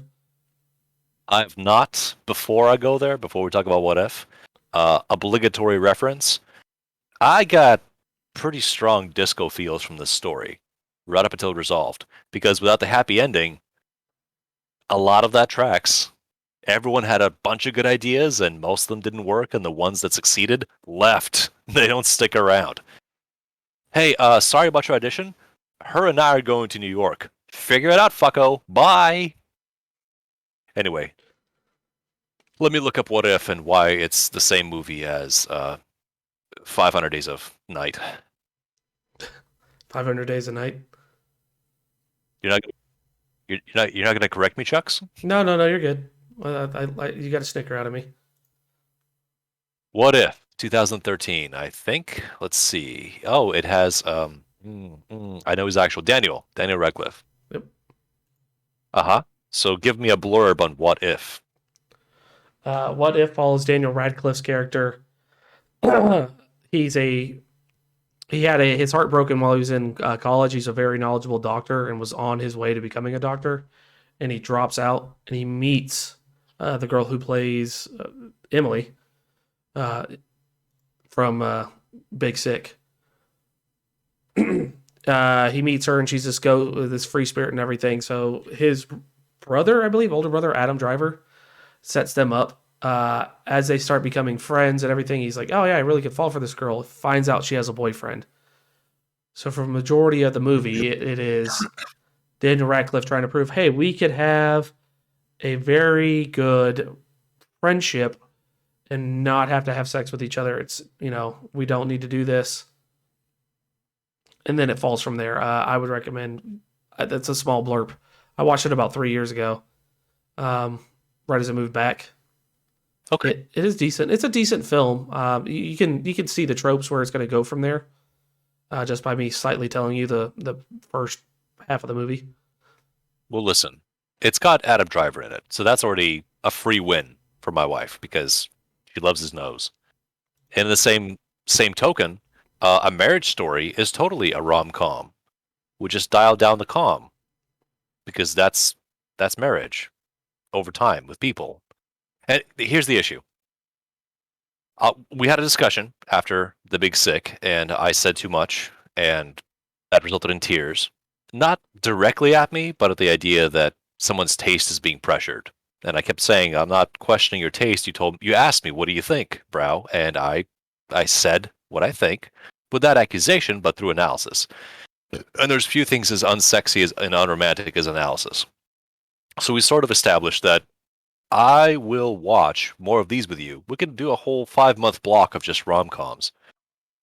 But you got to tell me, at what point do I not speak and just instead I sit there and I watch and I see what's up? Or what your selection process is and the kind of films that exist. Because I'm not satisfied with just saying, this film represents this genre. No. Is it about the story? Is it about the actors? Is it about this? Because there's some rom-coms. Forget the name of this one. Doesn't matter. But the cover of the rom-com is 10 famous actors. And I like 8 of them. And to me, this is we walked in, had some nice meals and catering, wore fancy suits, said some lines, got paid, and fucked off. I'll watch that. I don't mind that at all because it's honest about what this is. Hey, here's attractive people flirting. Nice. Yeah, it's clothes on hentai. Let's do it. I know what this is. It's not pretending to be something it's not. But if something has an idea, like The Big Sick is, I argue it's not a rom-com. It's a fine film, but the expectations are set in a bizarre direction, in my estimation. So that becomes the gamble. What do you want me to not say? Or what do you want me to do with this? Sometimes we want to sit and happily watch something. Because by the same token, the term chick flick used to be a thing. I don't know if that's still polite to say or not. But I don't think Horse heard this. Chucks has. I heard the reputation of Magic Mike. Like the whole reputation is, oh, guy strippers. So that's why we watched this movie. So I said reluctantly, okay, I'll do you a favor. Show me Magic Mike. And you know what happened, Horse? What? I fucking love Magic Mike. Do you know why I love Magic Mike? Why do you love Magic Mike, bro? Because a dark fucking story about deceit, treachery, and desperation in Florida. And there happen to be male strippers there.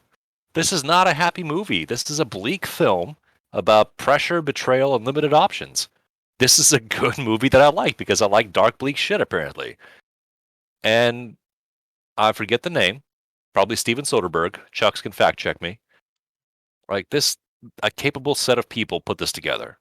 And I love when films are more interesting and deep than they suggest they do, but they can still sell on casual appeal. I like that a lot. That's why Shrek worked, among many things. So if we are going to do a thing where I'm supposed to cringe and go, dude, I don't know, this isn't my genre, I'm open-minded enough to say, give me something out of it. The worst you can do is, I'm in a situation like Chuck's. I have nothing to say. Everything is 4.5 out of 10. We got to snuggle on the couch together. That's cool. I'm struggling for anything specific to pick out. That's where I feel like we could have chosen something better. Because within a given genre, outside of what Netflix and Amazon say, because the genres are a little more difficult to navigate accurately. There are winners on that pile. Let's go to the winners. Now, if you hit me with I remember this film from childhood, and I like it, and let's watch it, that is a good reason. I will do that on its own. No problem. But if you sell me something as, this is a great movie, when you meant to say, I kind of miss this, and we had this on all the time when I was younger. Can we watch this again? Like, that's the better way to pitch that, to me at least, Yeah. because it's more honest. But if you give me a 5 out of 10 or a 4 out of 10, and you tell me that's 10 out of 10, and you don't want me to say anything, you just go, that was great, wasn't it? Shut up. It's great. It's great. Don't say anything else. At that point, we start to have issues. You were correct, by the way, Steven I'll- Soderbergh. And Chucks, what other movies has Soderbergh done that pop out at you? Well, let's take a look. Ocean's 11, Yeah.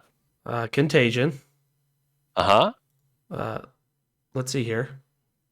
Lucky Logan, or Logan Lucky. That's Aaron Brockovich. Uh-huh. Ocean's 12. Did Che. Did Magic Mike 2. The Informant, Kafka. I didn't know he did a film called Kafka. If you're waiting for me to say a specific one, it's you're gonna be waiting a minute. No, what you're Pleasantville. saying is, yeah. So the common thread through all of these is that this director takes ensemble casts, like different famous actors you know, and he weaves them into a story that's competently written and usually deals with a serious piece of drama. What's not to love? You get to see different faces you recognize doing stuff that you can follow and making choices that you can probably weigh in on if you're asked to. Good. It doesn't have to be profound, doesn't have to be Watchmen or something. This guy basically can't miss. And when his bad is better than most average or good. That being said, if you tell me Soderbergh did a movie and I haven't seen it yet, I'd be down. I'd like to watch it. Let's talk about it even. Then there's the hard part being the talking part, because I got ideas for days, and a lot of people said, well, I'm going to take a shit and go to bed. Have a good one. And I can't hate on that. That's where they are. That's okay. But I want to talk to you, mooks, over D&D. And you say, I don't want to talk about this during this time. Fine, my next character is named John Soderbergh. Now, I got another film recommendation for you and your wife. I'm pretty sure you may have seen it. She may have seen it, not you. Love Actually. Let's take a look at Love Actually. This is it's most famous for the scene with Andrew Lincoln bringing the cards to Keira Knightley's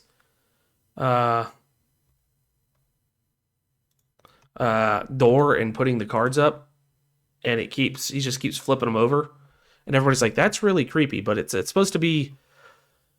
There's a multitude of stories. It's interweaving stories of people and a situation during Christmas time, and Hugh Grant's the prime minister who's in love with a woman named Natalie. Liam Neeson's wife just died, and he's going through that while trying to help his son, who's Ferb from Phineas and Ferb, who's also in The Queen's Gambit.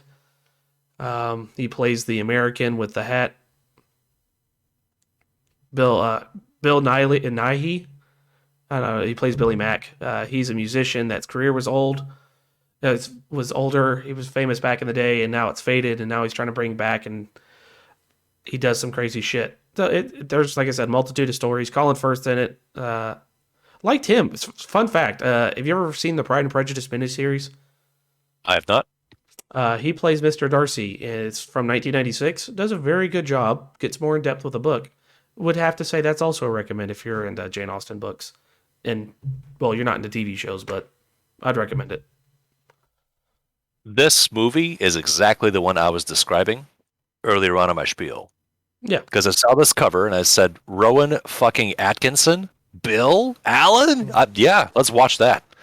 I don't care if they're just shitting out of their mouths for 90 minutes. Let's see it. Oh, there's a story. I don't care. Rowan Atkinson's in it for like 2 seconds, though. That's the silly thing. Well, he got billing. You got my 2 hours, sir. Let me take a look. But when you play Zazu, when you play Zazu from The Lion King, you always get billing. I started watching Blackadder. Do you know Blackadder? I do know of it. It's a World War I show from England. What? Am I right? Blackadder? It's from England. It's got Rowan. Or is it It's about World War II or something like that? No. What is it about? Anyway, Henry the Fourth, I want to say. Listen, old ass show from England. I watched one episode and I thought, yeah, I'm watching the rest of this. But it's got Rowan and he's doing goofy things, but he's being not Mr. Bean, which is mostly what people think of. My prior point stands for Richard Curtis, the director of Love Actually. I am confident in his work because on his known for page on IMDb, Pirate Radio was a movie that I also watched and liked decently well, but it didn't thrill me as much. But About Time, which he wrote, he didn't direct it, but he wrote it. About Time is really good. I will vouch for that film being a much more qualified rom-com because it manages to throw in a supernatural element and still be about intimate relations. And not just hanky-panky, but relations like how you treat the other person and how you keep a secret and how you let them in that secret. And yeah. About Time. I've seen bits of that one. I know what it's about, and it's excuse me, not about the Pirate Radio. I haven't seen, but like you said, About Time. I've seen that one. And so when it comes down to these things, he did direct About Time. Okay, he wrote more than he directed, but that's fine. Usually, if I know what the mood is for a property, I'm in. As you guys can tell, my difficulty is when you demand my attention over a weekly explained premise that I will have a harder time enjoying, either because it's actually dog shit, but it's marketed well, or if I have seen this done better elsewhere. If that's the case, the best I can do is keep my mouth shut, watch, and then if somebody says, "What'd you think?" ask, "What would you like me to say? What would you like me to address? I got thoughts. I don't want you to have a bad time when I say them." And that's a really awkward place to be because that's called masking, and that's a problem for me. Or maybe I'm just worrying about this way too much. Rom-coms are supposed to be shut your brain down, stare at the screen, go, yeah. Patton Oswalt had a joke about this. I think at some point he was complaining about working as a writer in Hollywood, and he said that he had gotten offers to do gigs, and gigs like just writing punch-up or making something better. And it was something to the tune of every one of these films comes down to, this summer, Jennifer Aniston and Ryan Reynolds are in Trying to Fuck. I remember that one, yeah. Just come out and be honest with it. Remember him saying that. Just like, from the directors of Meh and the producers of Nah comes Yeah. Yep. What can I say? I'm not predisposed to being forgiving to something like this, especially if something in the trappings of whatever the label is delivers excellent material, good storytelling, or possibly a surprising pivot, meaningful characters, actual human tension. I'll say, yeah, this is fantastic. So when somebody says, "Have you seen blankety blank?" What kind of conversation is this? Do you want to share knowledge? Do you want to market your thing? Or would you like me to inform you that that's cool, but here's something better? What do you want out of this? Both. Because that makes me that toxic friend saying, anything I say is going to assault your taste. But the takeaway should be, good news. If you liked Thing, here's more Thing, possibly better. That's benign, right? I can say that without upsetting people. Yeah, you can. I mean, that's how. That's why I was like, "Hey, what do you think about this?" I can give you a little synopsis of what I remember. And if you're like, "Hey, this is shit," I'm like, "All right, you got a different opinion." I'm thinking of things that you're. So what? Chucks, when's the last time I just came out and said this is shit?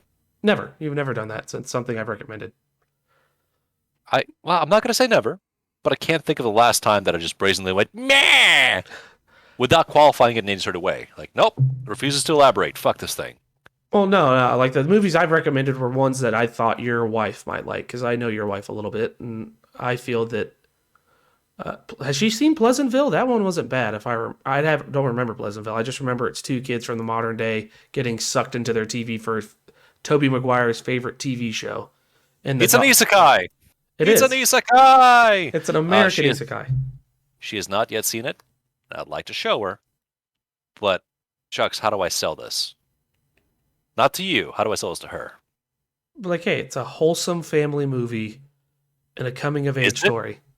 Is it? I wouldn't call it wholesome. Family, yes, but this is about repression and cultural assault and people saying, I'm not into whatever you're into. Yeah, you are. No! Don't call me that! Exactly. You just kind of hide it. You bury it down so no one knows what you're actually talking about. But yeah, no, it's fine. Like it's about you just give her a brief thing. Like, hey, it's about two kids that get sucked into a TV, and then in this world things are different, and they try to convince the people in this TV land that they need to change their ways, and it's okay. On the main page for Pleasantville it says, well, what to watch if you love WandaVision? Uh-huh. Can I just skip WandaVision and go right to this? So, but that's like take away the abstraction of fantasy powers. Yeah, how about just family under pressure? How about William H. Macy wandering from room to room in an empty house saying, "Honey, I'm home. Honey, I'm home." When his entire world order falls apart, what are you then? Broken. Jeff Daniels. Yeah, man, I want to rewatch this. But again, here's the problem. Marketed as, but is not, a rom-com. So that makes me a liar, unless I pitch it very carefully. Nah, just pitch it very carefully. I mean, just tell her it has Don Knotts in it. You'll be fine. Don Knotts. There's too many fishes, or whatever the hell he says. I'm not seeing him in the top billing, and I don't recognize him, but maybe I know his face. TV repairman. If you're on Google and you click Pleasantville, go to cast. He is 2, 4, Sir. 6. Sir. 8. What? You should know that I'm always on IMDb directly. Well, let's.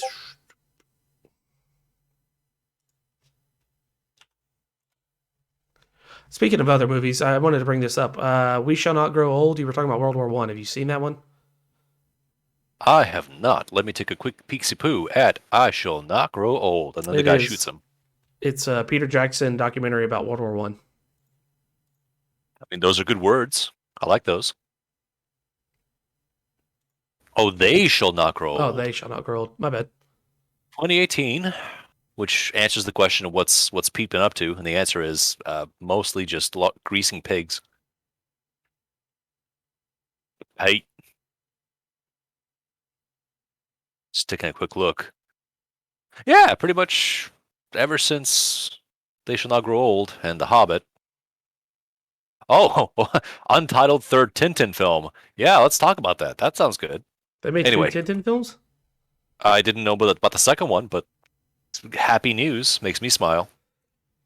Okay, it's documentary, and that's fine, but I'm a little more leery about the term documentary nowadays. Is this edutainment? Is it mostly entertainment? Is it ancient aliens that caused World War I? Pete's behind the wheel. I imagine it's got a little some integrity, but you tell me. No, they go through and actually talk about it. They get some vintage footage and they update it and color it, and they get some old recordings and they talk about World War I. It's an actual documentary. Like if you're getting a Ken Burns documentary, Peter Jackson did that with this. It is a Valiant Hearts is $15. Okay. Should it ever go on sale, I might throw it your way so we can compare that. I can watch the documentary, you can play the game. We can compare notes. Yeah. I quite enjoyed it. I didn't think it would be that good, but when I got HBO Max, I saw it on there.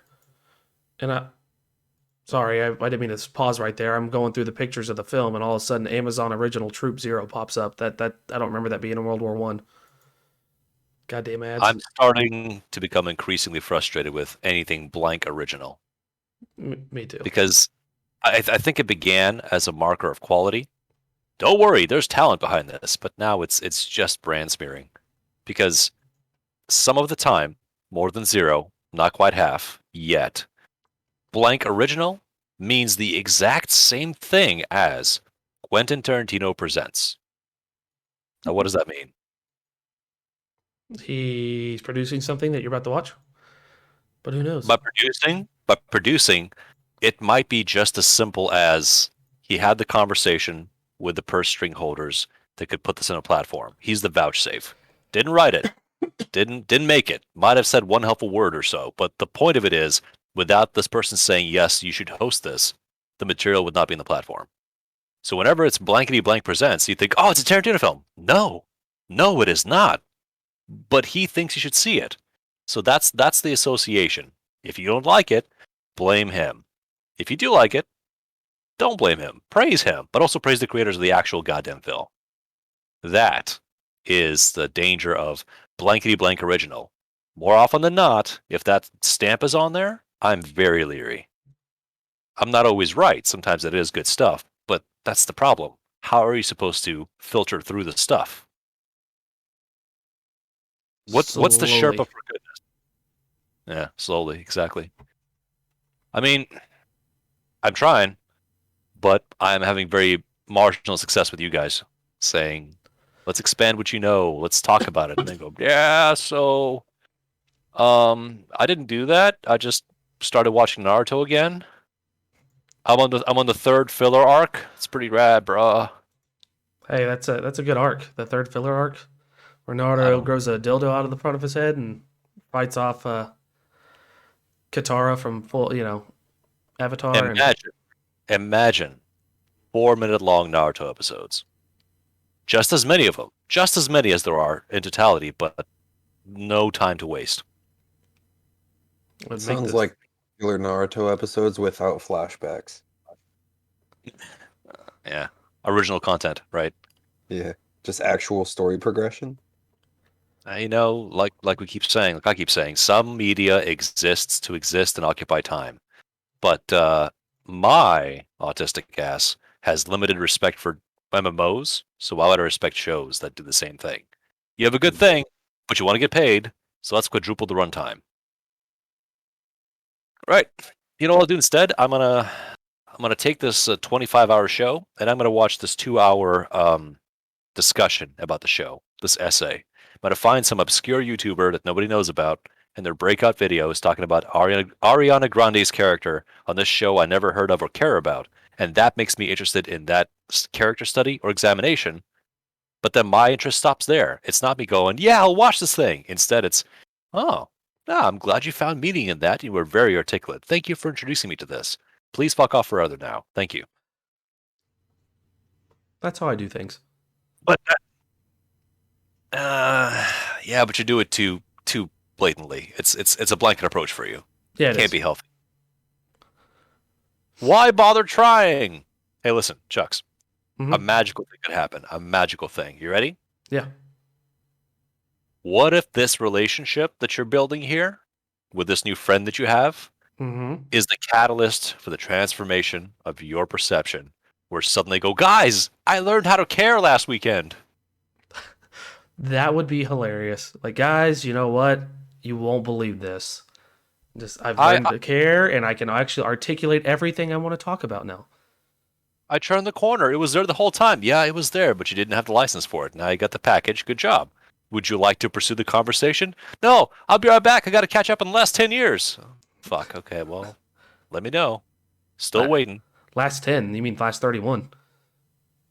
You haven't known me all 31 years. No, that is true. I've only known you about 10. You do have a point there. I do have some points. On occasion. Just on occasion. I just talk nonsense and no thought goes behind what I say. Oh, you're pulling at me now? Yeah. Gentlemen, it has been made clear to me that I think we ought to land this episode. I agree. Do we have anything we'd like to say? Don't forget to check out our YouTube channel and make sure if you find us on Spotify to rate us. Horse? That's pretty much what I was going to say. Subscribe, like the video, leave some comments. Punch random babies. Anything that you guys want us to talk about. Please mindlessly drive engagement. Don't think about it. Just do the Pavlovian thing. Pretend there's a little floating image of a subscribe button and a bell that the mouse is clicking or the hand is tapping. Yeah, do all that shit. And hopefully you've enjoyed a little more moderation from Browbeat. Let us know whom you prefer so that we can peer pressure Horse into doing a little more structure for the episodes in the future. He'll love it. I do have one thing to tell you, sir. I forgot to tell you. Me and Horse's hometown will have REO Cumwagon here in a few weeks. Oh, wow. You guys going to an event? We may go to REO Cumwagon. We can't really pass that up. Yeah, bring rain jackets. It's a very special act.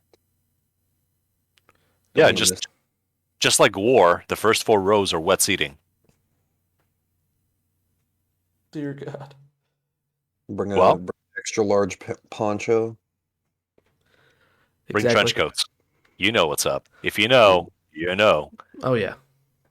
Beautiful. All right, gentlemen. Thank you so much for joining us. This has been Browbeat. This is Nutchucks. And this is Waterhorse. One of the other guys. Fucking amateurs. I love it. One of you is Nutchucks. The other one of you is not Browbeat. Who cares a fuck? Okay, bye. See ya, everybody.